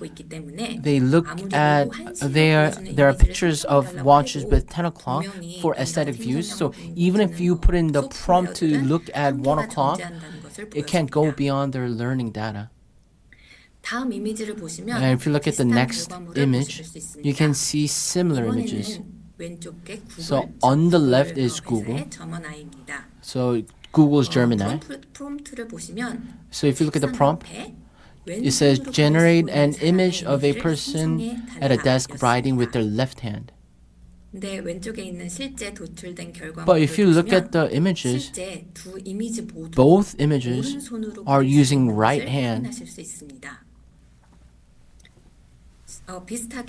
So similarly, if you look at the right side, it's Microsoft's Copilot. So the prompt said, generate an image of a person, 2 eyes are on the same side, and mouth is on the top. But as you can see, all of those 4 pictures, all the results were normal faces.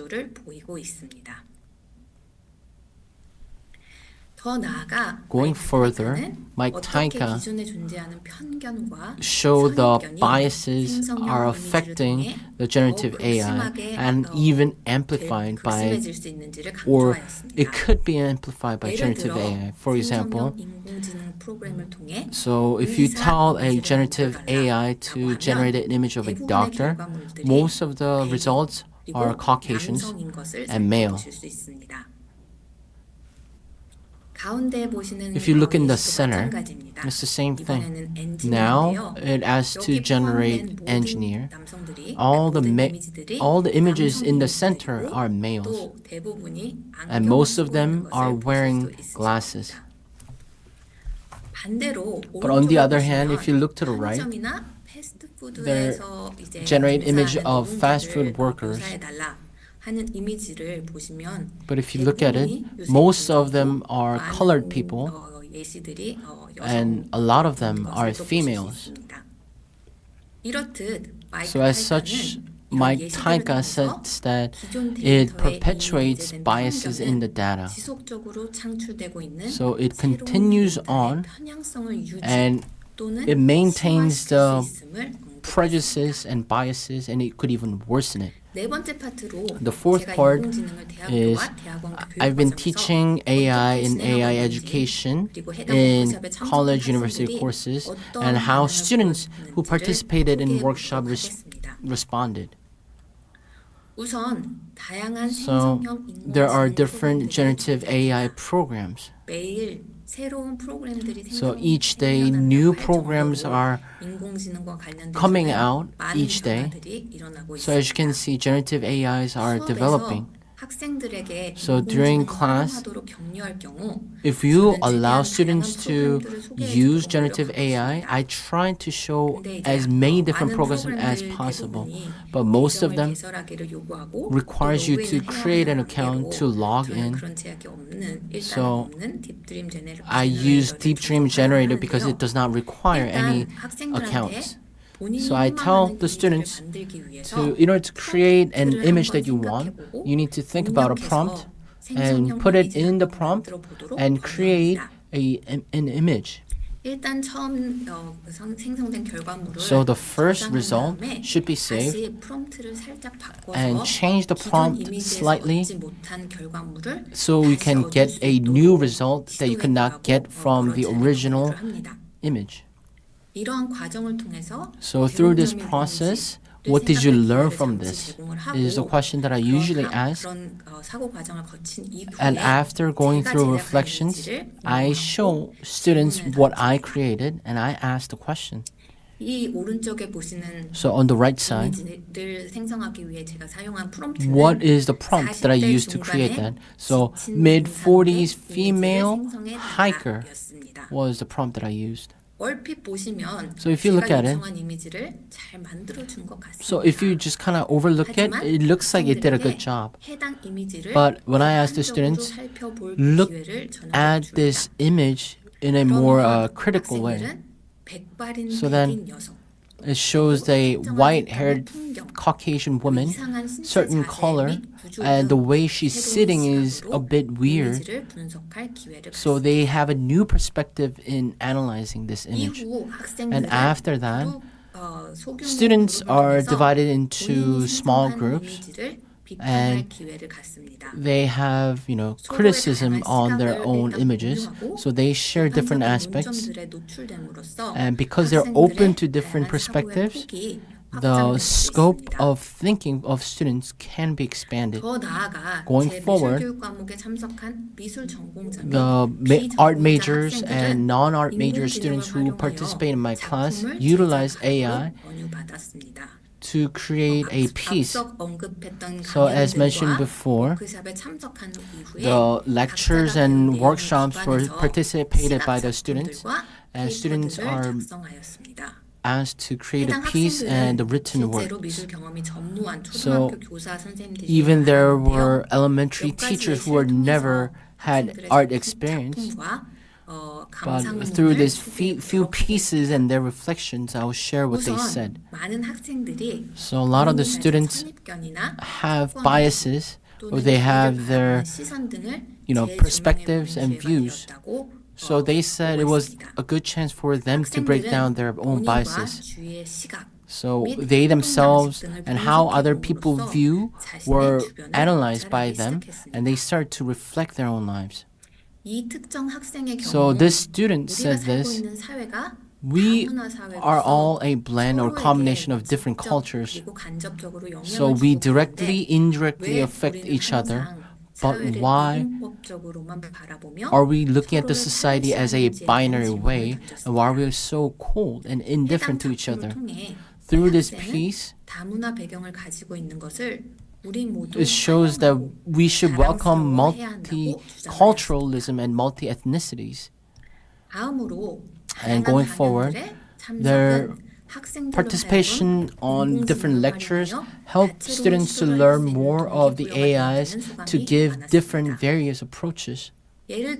For example, students only knew of the AI in a very vague way, but through these lectures and workshops, they learned that they could have visual representations using AI. One student said that the generative AI programs and other tools help students to see the most meaningful aspects to the piece by using words. So if you look at the human images on this image, and there were meaningless alphabets. So it shows that the relations between the humans and the machines, and you can see the presence or the present of where we are. And Sheriff Wong's workshop helped people to see the practical, real questions that we're faced with. So students saw Sheriff's critical thinking, and they saw the more active limitations of generative AI and AI. One student said that in this process of education, the way to utilize AI in a proper way, knowing the limitations and setbacks of AIs must be known to the public. So based on this, we suggested few limitations in education from K to senior high schools. So the implications and the roles of AI could be focused on these 4 parts. So the first part is for art educators. In related to AI, students must have open discussions. You should provide students to discuss in an open manner. Most of students, before attending the workshops, they only had vague understandings or negative images of AI. But by attending these workshops, they learned different perspectives of AI, and going forward, they were able to discuss the pros and cons of AI. Students should learn about different perspectives of AI of the contemporary artists, and as educators, I think you should let students expand their perspectives. Number 2,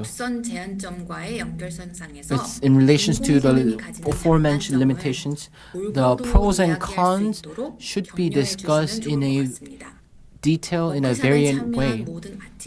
So all the artists and artist groups, but also the students, most of them said that they do not have access to our tools or fine motor skills. So it could be both good and bad, but by including AI into art education, we can maximize the pros and minimize or avoid the cons. So please encourage your students to do so. Number 3, going forward, the collaboration works and digital collaboration works could enhance the AI opportunities. So with the scholars and allow students the opportunity to work together and collaborate with AI. AI itself is blurring the boundaries of science and technology and is being collaborated. So the collaboration experience is important in the society, and even their school years they should learn how to collaborate with AI as well.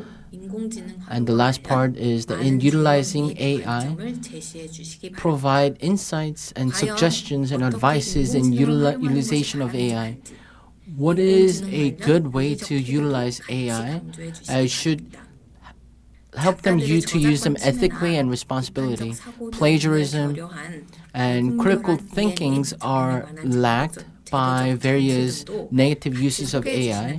So you should introduce best practices of how to use ethically and responsibly the AIs. And UNESCO and other international society institutions have put out best case practices and ethical use and responsible uses of AI. 인공지능은 매우 빠른 So 속도로 AI 변화하고 is 있습니다. evolving at a fast pace. 인공지능은 단순히 AI 새로운 is not 아니면 또 하나의 미술 just 창작의 another 도구에 brush, 그치지 brush 않는다고 저는 or 생각합니다. just another pigment. 미술 교육자들이 Art 윤리적으로 educators 그리고 must 책임감을 ethically 가지고 and responsibly 학생들이 인공지능을 잘 utilize 활용할 수 AI 있도록 to help the 도와야 합니다. students use them ethically and 앞서 responsibly. 언급한 바와 같이 As mentioned 장단점을 before, 잘 there 인지하고 are pros and cons. 학생들이 Students should 올바른 know 기대와 what they are 태도로 so that they would have 접근할 right 수 있도록 expectations, 도와주십시오. so that they would have right behaviors. 마지막으로 Last but not least, no other tool in art making has the same power to unite and divide at the same time as AI does. I would like to conclude my presentation with this. Thank you very much. 네, 교수님 고맙습니다. Professor, thank you very much. 인공지능 활용에 대한 Utilization of 실제 예술가들의 AI 견해나 and the 또 actual 구체적인 perspectives 사례들을 and insights 직접 and 연구 cases of the 중이신 contemporary 내용 바탕으로 artists 함께 were given. 나눠주셨는데요. 학생들을 교육하는 데 있어서 In 또 어떻게 teaching the 사용할 수 students 있을지 how can we 알아볼 수 utilize 있는 them was 시간이었습니다. given by this 계속해서 presentation. 질의응답 시간을 갖도록 So we'll move on to the 하겠습니다. Q&A 사전에 session. 취합된 질문을 So 먼저 we have 드리도록 taken this 하겠습니다. question beforehand. 네, 미술 교육에 있어서 AI I'm 기술의 curious about the 실제적 practical 협력 possibilities of 가능성과 AI 또 technology in 예술 art 교육 education. 강의자로서 And what do you 인공지능이 think 가지는 of the value of 가치에 AI 대해서 as an 어떻게 art 생각하시는지 education 궁금합니다. and also the 라는 lecturer? 질문인데요. 교수님 답변 부탁드립니다. Please share your insights. 네, 일단 질문 So, 감사합니다. thank you very much 제가 for your 두 question. 번째 파트부터 답변을 I 해보도록 think 하겠습니다. I'll start off with the second 일단 part of the 제 question. 발표 마지막 So 부분에 at the end of my 언급한 바와 presentation, 같이 I mentioned this. 인공지능은 현대 AI 사회에서 굉장히 in our 영향력이 society 있는 플랫폼이고 is a very 이미 influential 우리 platform. 삶의 And 일부분이 already 되었으며 it is part of our 앞으로 그 life. 파급력은 And 더 going 커져갈 forward, 것입니다. its influence will be even greater. 동시에 But at the same 인간과 time, 따로 또 함께 진화될 것입니다. it will grow 사실 separately and also 현장에 together 있으면 with humans. 미국 So in the 초중고등학교 field, 예술교사들과 you talk 그리고 with art 지역 educators 학교 of 예술 elementary school, middle 행정가 school, high 및 school, 관계자들과 함께 and all the 인공지능과 politicians, 관련된 policymakers, 대화를 나눌 기회가 종종 and 있습니다. we can have 최근 discussion 몇 on the 년간 AIs for the 이러한 past few 토론에 years. 미술뿐만 아니라 These 음악, discussions talked 춤, about not only 광고, art, 미디어 dance, 아트 관련 music, 관계자들을 media art 대상으로 같이 were 다양한 part of the topics, so we 전문가들과 invited 이야기를 their 나눠봤는데요. experts. 제가 한 번은 And we shared this discussion. 인공지능이 So 과연 I 우리의 asked, 삶을 개선 또는 can 향상시킬 수 AI 있는 도구인지 enhance or 아니면 improve our 삶을 lives, or 한편으로는 제약하고 in a way will 약간 it limit 장애하는 our 그런 lives? 요소일지에 대한 Will 질문을 it 한번 던져봤습니다. hinder our lives? 아직까지는 So 해당 far, 물음에 대한 답변들보다 Instead of 훨씬 answers to that 많은 question, 파생된 질문들이 but there 쏟아져 were 나오는 것이 more 당연한 questions that 것 was 같습니다. derived from that.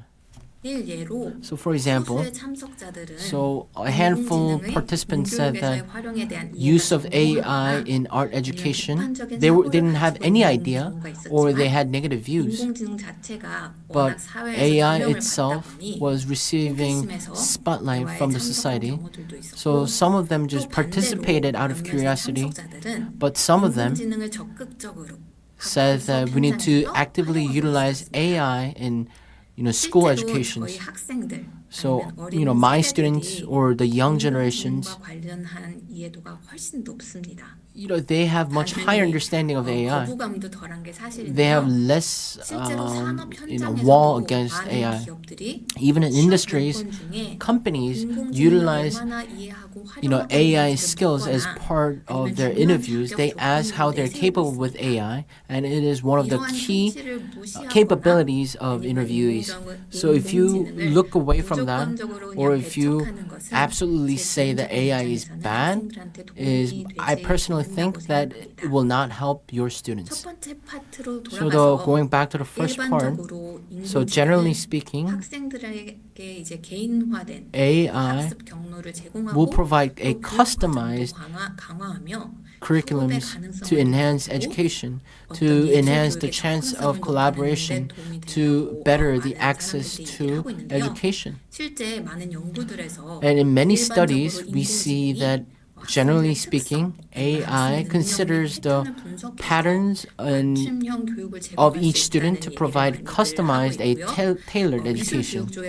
And in art education, how we should apply that in our part should be studied a little bit more. And as aforementioned, the technology of AI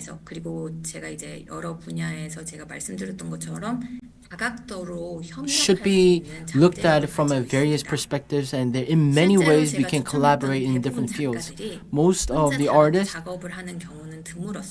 they rarely work by themselves. So, for example, Rekfik Anadol has his own studio and has invited about 30 experts from different fields. Mr. Shin, Mr. Kim in Korea, they have different backgrounds and they have different expertise, but they combined it so that they would have a creative and different approaches that were not seen before. So collaboration leads to creativity. It could help to enhance creativity. And also, a lot of the students who participated in the project said that AI could be used to give inspirations. So even if you don't know AI, or even very artistic students, or even students who are not artistic, they say that if you use generative AI, they can receive inspiration in creativity, but there are some opposite views. But the attempts in artistic activities could be much easier. So when we talk about accessibility, so if you are disabled or if you are limited in artworks, then you can it is easier for you to have the access to art activities. But ethical, responsible, and critical approaches are important. And I've been emphasizing multiple times. So with just this question, I could talk for an hour, but I think I should end it here. AI is all about how you use them. So not only for art educators, but even to students, AI can be very meaningful tool. I want to emphasize that one more time. So that is why art educators must have ethical and responsible uses of AI so that students can use them ethically and responsibly. Thank you very much. 네, 교수님 자세한 답변. Thank you, Professor Koo, for your detailed answer. That was a Professor Koo Aran from the California State University, Fresno. I would like to introduce the last presentation. The theme is the emergence of generative AI and the professional crisis and dilemma of artists. The speaker is Chu Yujin, concept artist and illustrator from a Art Directors Guild.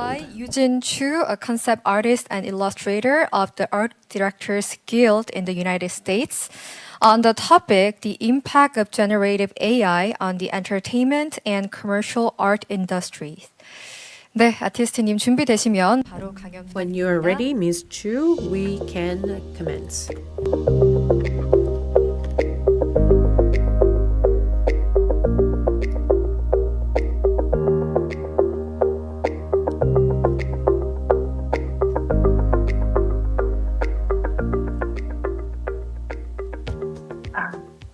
네, 안녕하세요. 반갑습니다. 제가 Nice to 화면 meet you, 보이십니까? everyone. I hope you can see me on the screen. Yes. 네, 오늘 생성형 AI가 엔터테인먼트 My topic today 산업 is 예술 how 산업 AI 진행량, is impacting 프레젠테이션을 맡게 the 된 컨셉 entertainment 아티스트 and 추유진이라고 commercial 합니다. art industry. My name is Chu Yujin. I'm a concept artist. 우선 간단하게 제 소개를 Let me 하자면 briefly introduce 현재 myself. 아트 I am a part of the Art Directors Guild of the United States. And I'm also a concept artist working with the marbles, Ms. Marble, and Thor loves and thunder. 근무를 하던 후에 미국으로 I used to 이직한 work in 경우라서 Korea and now 미국뿐만 relocated 아니라 myself 한국의 in 컨셉 the US, 아티스트들의 so 간접을 I 포함하고 am in a better 제가 모은 position 자료들까지 to 시합 tell you 생성 AI에 what 관한 happens 아티스트들이 in this 받은 field 영향에 both in 관해서 Korea 설명을 and 해보도록 the 하겠습니다. US, and that's my focus today. 생성형 AI는 Generative 세계적으로 많은 AI 프로그램들이 나오고 is 있는데요. now 대표적으로 widely 우리가 잘 used 알고 있는 around the ChatGPT, world. 그리고 ChatGPT, 그리고 오늘은 DeepSeek, 그룹 and 3라는 게 무료로 Group 3 풀렸다고도 들었는데요. just released 이미지 영상 today. AI로는 소라, Sora, 미드저니, Midjourney, 스테이브 디퓨저, Steve Diffuser, Creativity 하루가 다르게 바뀌어가는 are some good AI 시장, 이 examples. 거대한 So 흐름에서 every day, 어떤 포지션을 overnight, 잡아야 할까요? you get to meet 그리고 new 우리 아티스트들은 어떻게 해야 이 programs. 거대한 파도에 휩쓸리지 않고 And 살아남을 how 수 can we 있을까요? survive as an artist in this 이 era? 프로그램들이 출시된 지 몇 년도 채 되지 않았는데 Within a 곧바로 few 아티스트들 years, 사이에서 큰 Since we 반향을 have all these 일으켰었습니다. apps launched, 대체로 주변 it is now 인더스트리 booming. 분들과의 얘기로 통일된 의견은 So mostly 저의 직업, people say in 컨셉 the 아티스트라는 industry, 직업대가 like for 매우 example, 빠른 시간 안에 concept 사라질 수 artists 있다는 will 의견이었고요. disappear sooner 그리고 or 이 주제에 later. 관해 처음 이야기를 했었을 때가 And when we first 벌써 talked 2년 about 전 this 정도 was 됐었는데 about 2 years 지금 ago. 확실히 체감이 되고 And 있는 것 같아요. for the last 2 years, 엔터테인먼트 업계 I have 자체가 firsthand 지금 상당히 안 좋은 것 같기도 impact. 하지만 And the 확실히 concept artist AI를 field 사용하면서 is hit hardest, I think, AI를 사용하고 픽싱을 할 수 있는 능력이 되는 and 베테랑 아티스트만 고용되는 veteran 경우도 artists 더 are 커진 것 only 같습니다. popular among the market 그럼 because 현재 they are 미국 able to use 엔터테인먼트 some 산업에서의 generative AI AI 아트 tools. 프로그램이 어떠한 영향을 미치는지 So now I want to talk 어떠한 about 고민을 the impact of 하고 artificial 있는지에 대해서 intelligence 이야기를 on 하고자 commercial 합니다. art and the potential to change. 우선 상업 예술이 어떤 것인지 아시는 First, the 분들은 role and the 없겠지만 function of a commercial art. Let me briefly introduce, just in case you don't know. Product, services, ideas can be promoted through commercial art, and concept art is usually used for animation, movies, and other video work. Character, architecture, environment and surroundings, you name it. Any kinds of a visual environment will get a help from the AI or those programs. So you can imagine this can be function as an illustrator. You see some images now. Thor, Love and Thunder was the one project I was involved. So based on the director's transcript, I usually have a suggestion. Usually as a human concept artist, from idea sketch, composition, concerns about design, cinematography, 3D utilizations are required. Usually at least a week to a month is required until output, like VFX, will be added. I will say hundreds of artists' team will get involved.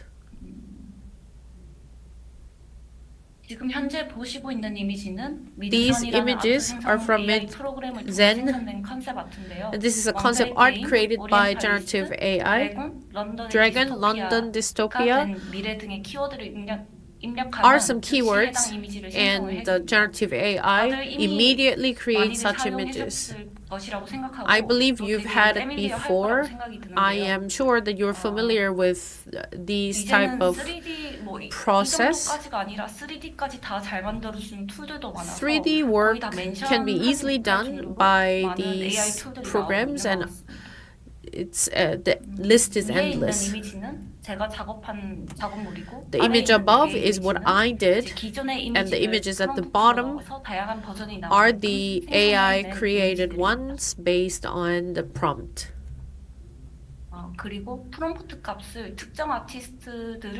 And if we specify the prompt based on the certain artist, we can pull out some certain style of artwork.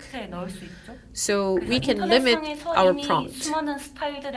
Well, a lot of images, thousands of images are available online, and I believe you can easily find them. And once we have a generative AI, this is a biggest threat to people like me. Craftsmanship, is being disappeared due to this generative AI and their 실제로 tools. 생성 AI가 등장하기 전까지는 Before 창조적인 generative 직업은 비교적 AI, 안전한 직종이거나 I believe AI와 creative 로봇의 jobs 등장에도 존속할 수 있는 직장으로 were 간주되었습니다. doing well 하지만 even 생성 with AI의 등장 이후 robots 작가와 and 상업화 등에서 automation. 일하는 사람들이 However, 실직이나 임금 generative AI 저하에 led 직면하고 to the decrease 있습니다. in the people's 그리고 wage and 요새 the 들어서 job 정말로 많이 security. 체감을 하고 있고 많은 컨셉 아티스트 분들이 A lot of concept 위기에 artists 처해 있는 like 것이 me 사실인 are 것 at 같습니다. the risk and the crisis. 그리고 다들 다 같이 얘기를 해본 결과 And 컨셉 based on our 아티스트라는 제 conversation, 직종이 어떻게 보면 미래에는 거의 probably 소수의 concept 몇 명의 artists 관리자 정도만 남지 않거나 혹은 아예 다른 will be 직업으로 gone 변형될 mostly. 가능성이 큰 것으로 Either 보입니다. we will have a few general managers or they will change their jobs. 현재 보시는 자료들은 미디어에서 보고 있는 생성형 AI에 대한 This is 관점인데요. examples and the 이 perspective 기사들에서 of 다 generative 주요하게 AI 다루고 on the 있는 media. 내용은 대체로 데이터베이스에 관한 저작권 It's 이슈, about 생성형 AI로 인해 copyright 피해를 받고 있는 issue 상업 of 미술가들, database 그리고 or 생성형 any AI의 제재와 infringement 규제에 관한 법 and any 제정에 regulations 관한 and the 이야기입니다. act regarding generative AI. 2023년 In 3월 31일에 나온 2023, 골드만삭스 리포트에 의하면 Goldman 3억 개의 Sachs 일자리가 인공지능에 published 의해 a 사라지거나 report is 저하될 saying 것이라고 that 예측합니다. 300 million jobs will 하지만 disappear due to 자동화는 generative 혁신을 AI. 촉진한 새로운 However, 유형의 일자리를 대거 generative 창출할 수 AI 있다는 can also 말들이 create a massive AI amount 기술을 of 활용하는 work. 유형의 일자리가 많이 나오는 것은 사실인 것 So it is 같습니다. fact that 기존에 있던 we can 일자리 expect more 형태가 많이 jobs 바뀌고 that 있는 can 것도 be 현재 backed and 체감하고 supported 있고 by generative 대체적으로 AI, and the 뉴스 way of 기사들을 work 보시면서 has been 실감하고 changed. 계실 것 And I 같아요. am sure 저 you 또한 get to hear all of 링크드인을 these on the 찾아보면 제 media. 직업 If you look at 관련으로는 이제 LinkedIn, 컨셉 아트만 할 줄 아는 것이 아니라 3D some 툴들도 people 다 require 사용이 concept 가능하고 AI artists 툴들도 who 다 can 사용을 also 잘할 do 수 있고 AI 그림도 tool 잘 그리는 류의 베테랑 utilization, 아티스트를 뽑는 draw 경우가 well, 많습니다. 어떻게 보면 or 세스 고딘 who are 님이 able 말씀하신 것처럼 to 상향된 평균 거의 use all kinds of 특수화된 programs. linchpin이 되어야 하는 You 경우가 should have a 커지고 있는 linchpin, 것 같습니다. or you are equipped yourself with a 제가 cutting-edge 예전에는 AI를 technologies. 사용하는 것에서 대해서 조금 반대하는 I was pretty 생각들이 skeptical to 있었는데요. use 근데 AI 지금 before, 시대를 약간 흐름을 but 거스를 right 수는 now 없는 I 것 believe 같습니다. it's 흐름을 inevitable 타고 in this 어떠한 era. 새로운 유형의 인간이 되어야 하는지에 대해서 현재는 And I'm 조금 더 curious 깊게 what type 생각을 of 해봐야 new 하는 것이 human being 중요하다는 I 사실을 should turn 저도 into. 이 흐름을 몇 년간 따라가면서 조금 깨닫게 된 That's the lesson 사실인데요. learned for the last few years. 점점 더 치열해지고 있는 이 It's 업계에서 getting more 내가 fiercer. 어떤 린치핀이 될 수 있는가에 따라 살아남을 And 수 depending 있냐 on 아니냐가 my 결정되어지는 specialty and 것 같아요. linchpin, 그리고 I 다른 believe I can 사람들과의 survive 필요성, or not. 어떠한 종류의 AI 툴들을 What type of 여러 AI 가지 tools 툴들을 섞어서 I can 사용하느냐에 use, 따라 or what kind 또 of combination 어떠한 of AI 인텐션, tools 그러니까 I will 휴먼만이 use 만들 수 있는 will 거고, depend 그 on my 인텐션을 future. 가지고 있냐에 따라 아웃풋이 So depending on 달라지는 my 것이기 때문에 potential regarding the 현재로서 AI는 utilization of 아주 AI 그래도 tools, 학생분들이나 I believe I 업계 can 계신 분들이 survive. 많이 So 써보시는 anybody in the 걸 field 권해드리고 or 싶습니다. students are highly recommended to use all kinds of AI tools according to my 그리고 experience. 2023년에 있었던 In 2023, one of the reasons that a lot of workers in Hollywood were on strike was because their transcripts were widely used as a input of the AI, and they were strongly against the idea. And that also led to the decrease in their wage. And where I belong, Art Directors Guild is also strongly against this idea in principle. So their years of work and effort are being used as a input of the input of the AI tools. So if you look at those strikes in the US, yes, it was about their wage, or at the same time, the actors were afraid that their face image will be used as a AI image. So both writers and the actors had the strike, and that was the biggest strike in 63 years. Currently, the entertainment industry is threatened by many reasons. 글로벌 리세션, inflation, 대규모 global 기업의 recession, 해고와 large-scale 인력의 reorganization 있는데요. of companies, and you name it. The list is endless, but the entertainment industry, therefore, is being sluggish. So based on the interview I had with my peers, I would like to share our opinions about generative AI. Some unexpected ideas and designs are introduced by AI. Or it is possible for individuals or small-scale development to pull out some productions. And also work schedule can be shortened. If you look at movies and advertisements, you can find some AI-generated work, and that lower the cost of production. That means that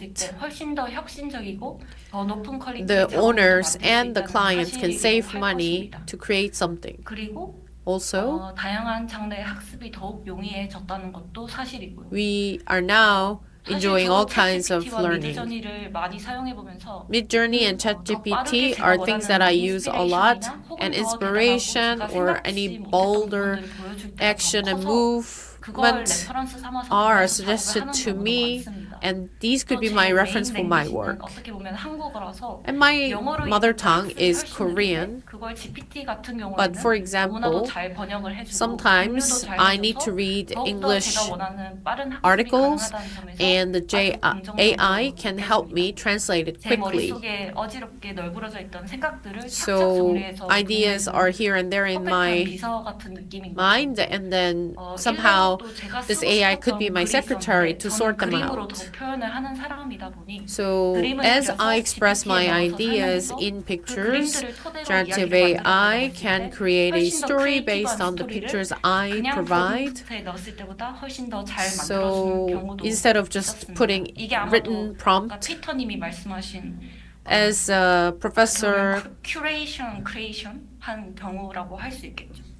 As the professor from Germany mentioned, I believe that we can develop our creation.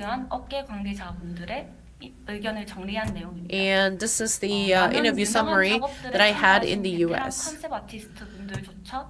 Even veteran concept artists are afraid of losing their jobs.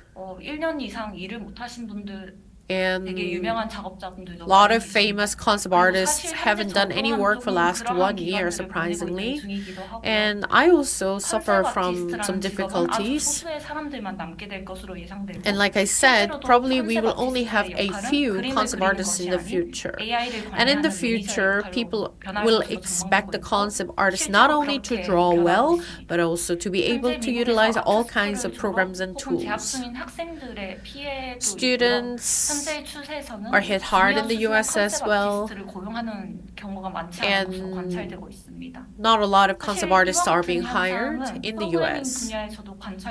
And I believe this goes the same to the programming industry and many other fields of industries. And I believe you've heard this a lot on the news. There are a lot of layoffs. Work efficiency has obviously improved, and I believe that AI-related artists can find more jobs, but the nature of jobs has changed, meaning that I have to study further, I have to learn more. And when I look for reference, in the past I had difficult times to find the exact reference I wanted, but right now, thanks to the generative AI, I could have a more decent reference. And that enables me to do better work and expand my imagination. There are pros and cons, a lot of advantages as well. Midjourney was a good tip and good help for me. Yes, AI is full of idea, but at the end of the day, human is the last decision maker. So keeping that in mind.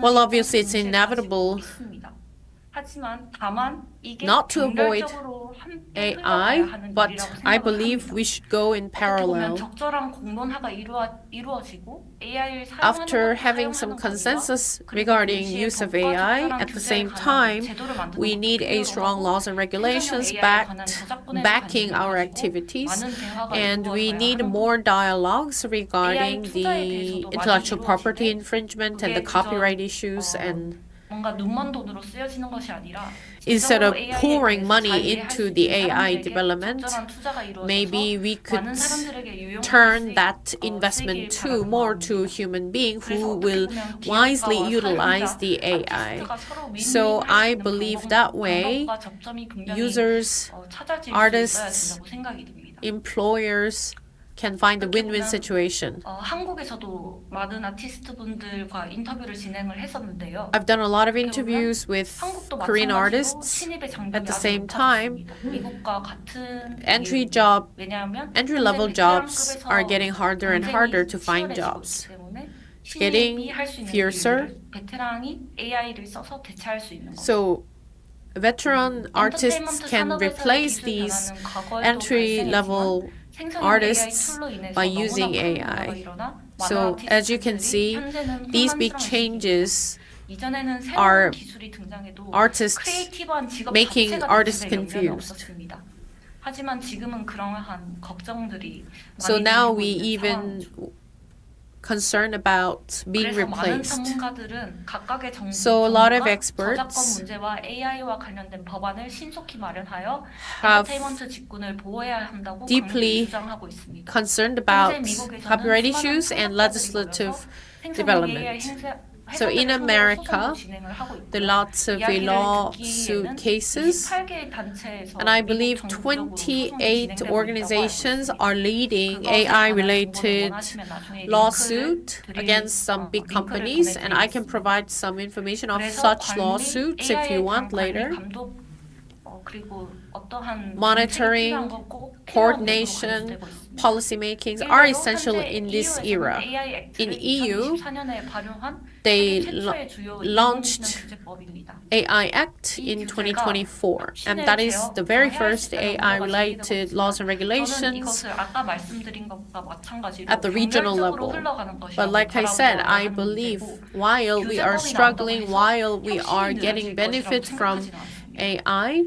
유럽의 we have AI to go 액트의 in 사용에 대한 parallel. 지침 그리고 금지된 관행은 다음과 같은데요. So we can find some 유해한 조작 및 examples 기만적 기술, 즉 사람들의 의사 결정 능력을 손상시키고 그들이 that 원하지 않는 the 상대로 EU 유도하지 않는 AI Act 시스템의 banned some 취약 activities 계측의 by the 악용, AI, 사회적 점수 매기기, like for example, social scoring 감정인식, 생체 데이터 기반 and the biometric 무차별적인 information 얼굴 이미지 수집 등등이 misuse 있는데요. and the 자세한 reckless 사항은 collection 구글 EU AI of 액트를 a 치시면 잘 나오고 챗GPT에게 물어보셔도 잘 나옵니다. facial information. You can ask ChatGPT actually if you want to know more about EU Act. And I believe 2025년 8월 2일까지 이 규정을 감독할 the 책임 member 기관을 states 지정해야 합니다. 그래서 soon should prepare their measures in their local legislation. And that is the case of EU. I believe it is the trend that Asia should follow as well. Personally, I think that the Asia probably wants something like a EU Act. 오히려 이런 움직임이 있으면 더 So, 성숙되고 고차원적이고 at first, it will be very 더욱더 confusing. AI However, 툴을 만들 수 at the 있지 end, 않을까? I believe it will make us 그게 또 unite. 다른 나라에 It will 오히려 make us 긍정적인 영향을 미치지 pull, 않을까라는 생각이 듭니다. put our heads 그래서 together. 이런 문제에 대해서 더욱더 공론화를 So 하고 I 더욱더 believe 많은 담론이 more open 이루어졌으면 discussions 좋겠습니다. and discourse are needed in the future. 그리고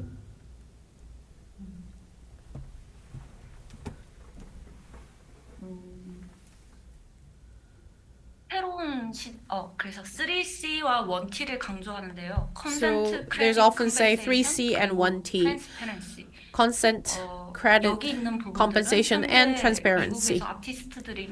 These are some keywords that the American artists often quote.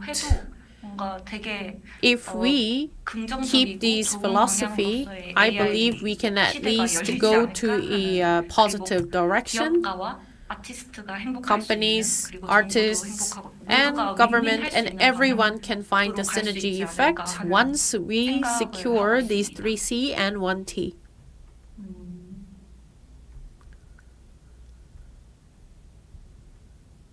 네, 제 프레젠테이션은 여기까지인 걸로 하겠습니다. That wraps up my 감사합니다. presentation. Thank you.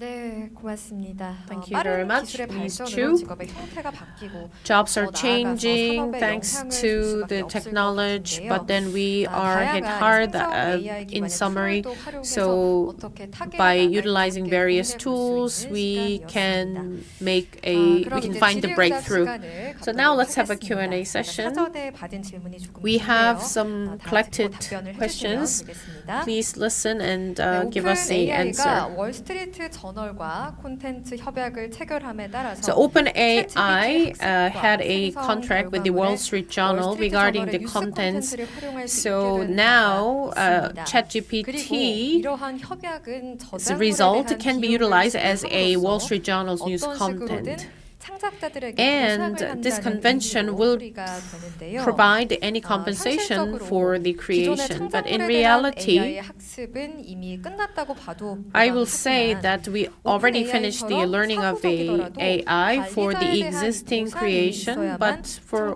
like OpenAI, I believe we can AI를 protect the creator based on any rights and compensation for the right holders. So we're curious about the status in the US, and in order to get compensation, what effort do creators make in the US?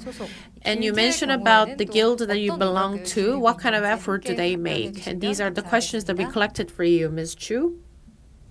저희 길드에서는 저도 In our guild, I am not sure. I'm actually not following of what they do. So I don't think I'm in the position to answer that question about the guild I belong to. However, I mentioned there are 28 major lawsuit cases in the US regarding the copyright, and depending on the results, I believe we will have a new legislation or at least a modification of legislation. 네, 그렇습니다. 근데 AI에 관해서 Regarding 새로운 AI, 좀 시도를 많이 해봤으면 a 좋겠다는 lot of 생각이 trials and 들긴 errors 했어요. will be 최근 useful. 들어서. Recently, 그전까지는 아예 that's how I felt. 권리를 인정해달라 반대를 많이 I 하는 was more like 입장이었는데 skeptical 이제는 side, 뭔가 시대의 큰 흐름이 but 흐르고 it 있고, is a big wave 아까 of our 말씀하신 era. 뭐 피터 교수님과 영식 교수님 그리고 And 아랑 교수님이 말씀하신 대로 all 그 the speakers 큰 흐름을 also mentioned about this big 하면서 waves of our creativity를 time. 테스트를 하는 But 거죠. still, A부터 we can test our Z까지 다 creativity 해보면서 from A to 내가 Z in A부터 full Z까지 scale. 스케치부터 끝까지 So like 다 from sketch to the 해보지만 final 또 production, 최상형 AI 툴들을 human can 사용해서 do all 다 the work 끝까지 all the way 얘는 어떻게 to the 할까 last 하면서 stage, 지켜보고 but maybe 그걸 we can do in 레퍼런스 parallel, 삼아서 and we can refer 같이 주거니 to 받거니 하면서 what AI 그런 can do 식으로 while 많이 we develop 사용을 our 해봤으면 creation. 좋겠다, And I 미래에는. believe 그런 a lot of trials and errors 최근에는 하고 will 있습니다. make us stronger and more capable. 네, 답변 감사합니다. Thank you very much for your answer. 길드 소속이신 So 추유진 that was 컨셉 Ms. 아티스트인데 Chu, 강연까지 concept 듣고 artist, 왔습니다. also who belong 네, to 이렇게 Art 숨가쁘게 Directors Guild. 달려오다 보니 한 분 한 분 It 뜻깊은 is 강연을 저희 about 모두 to 듣고 finish 왔는데요. our event, and it 그럼 was 지금부터 thanks to the wonderful 서경대학교 presentation. 구설 Now it's 디자인 time to 연구소 close 김진 this 소장님의 event, and we would like to 소장님을 hear from 앞으로 Professor 모시도록 Kim 하겠습니다. Ji-in from the Design Institute of Seokyeong University for her closing remarks.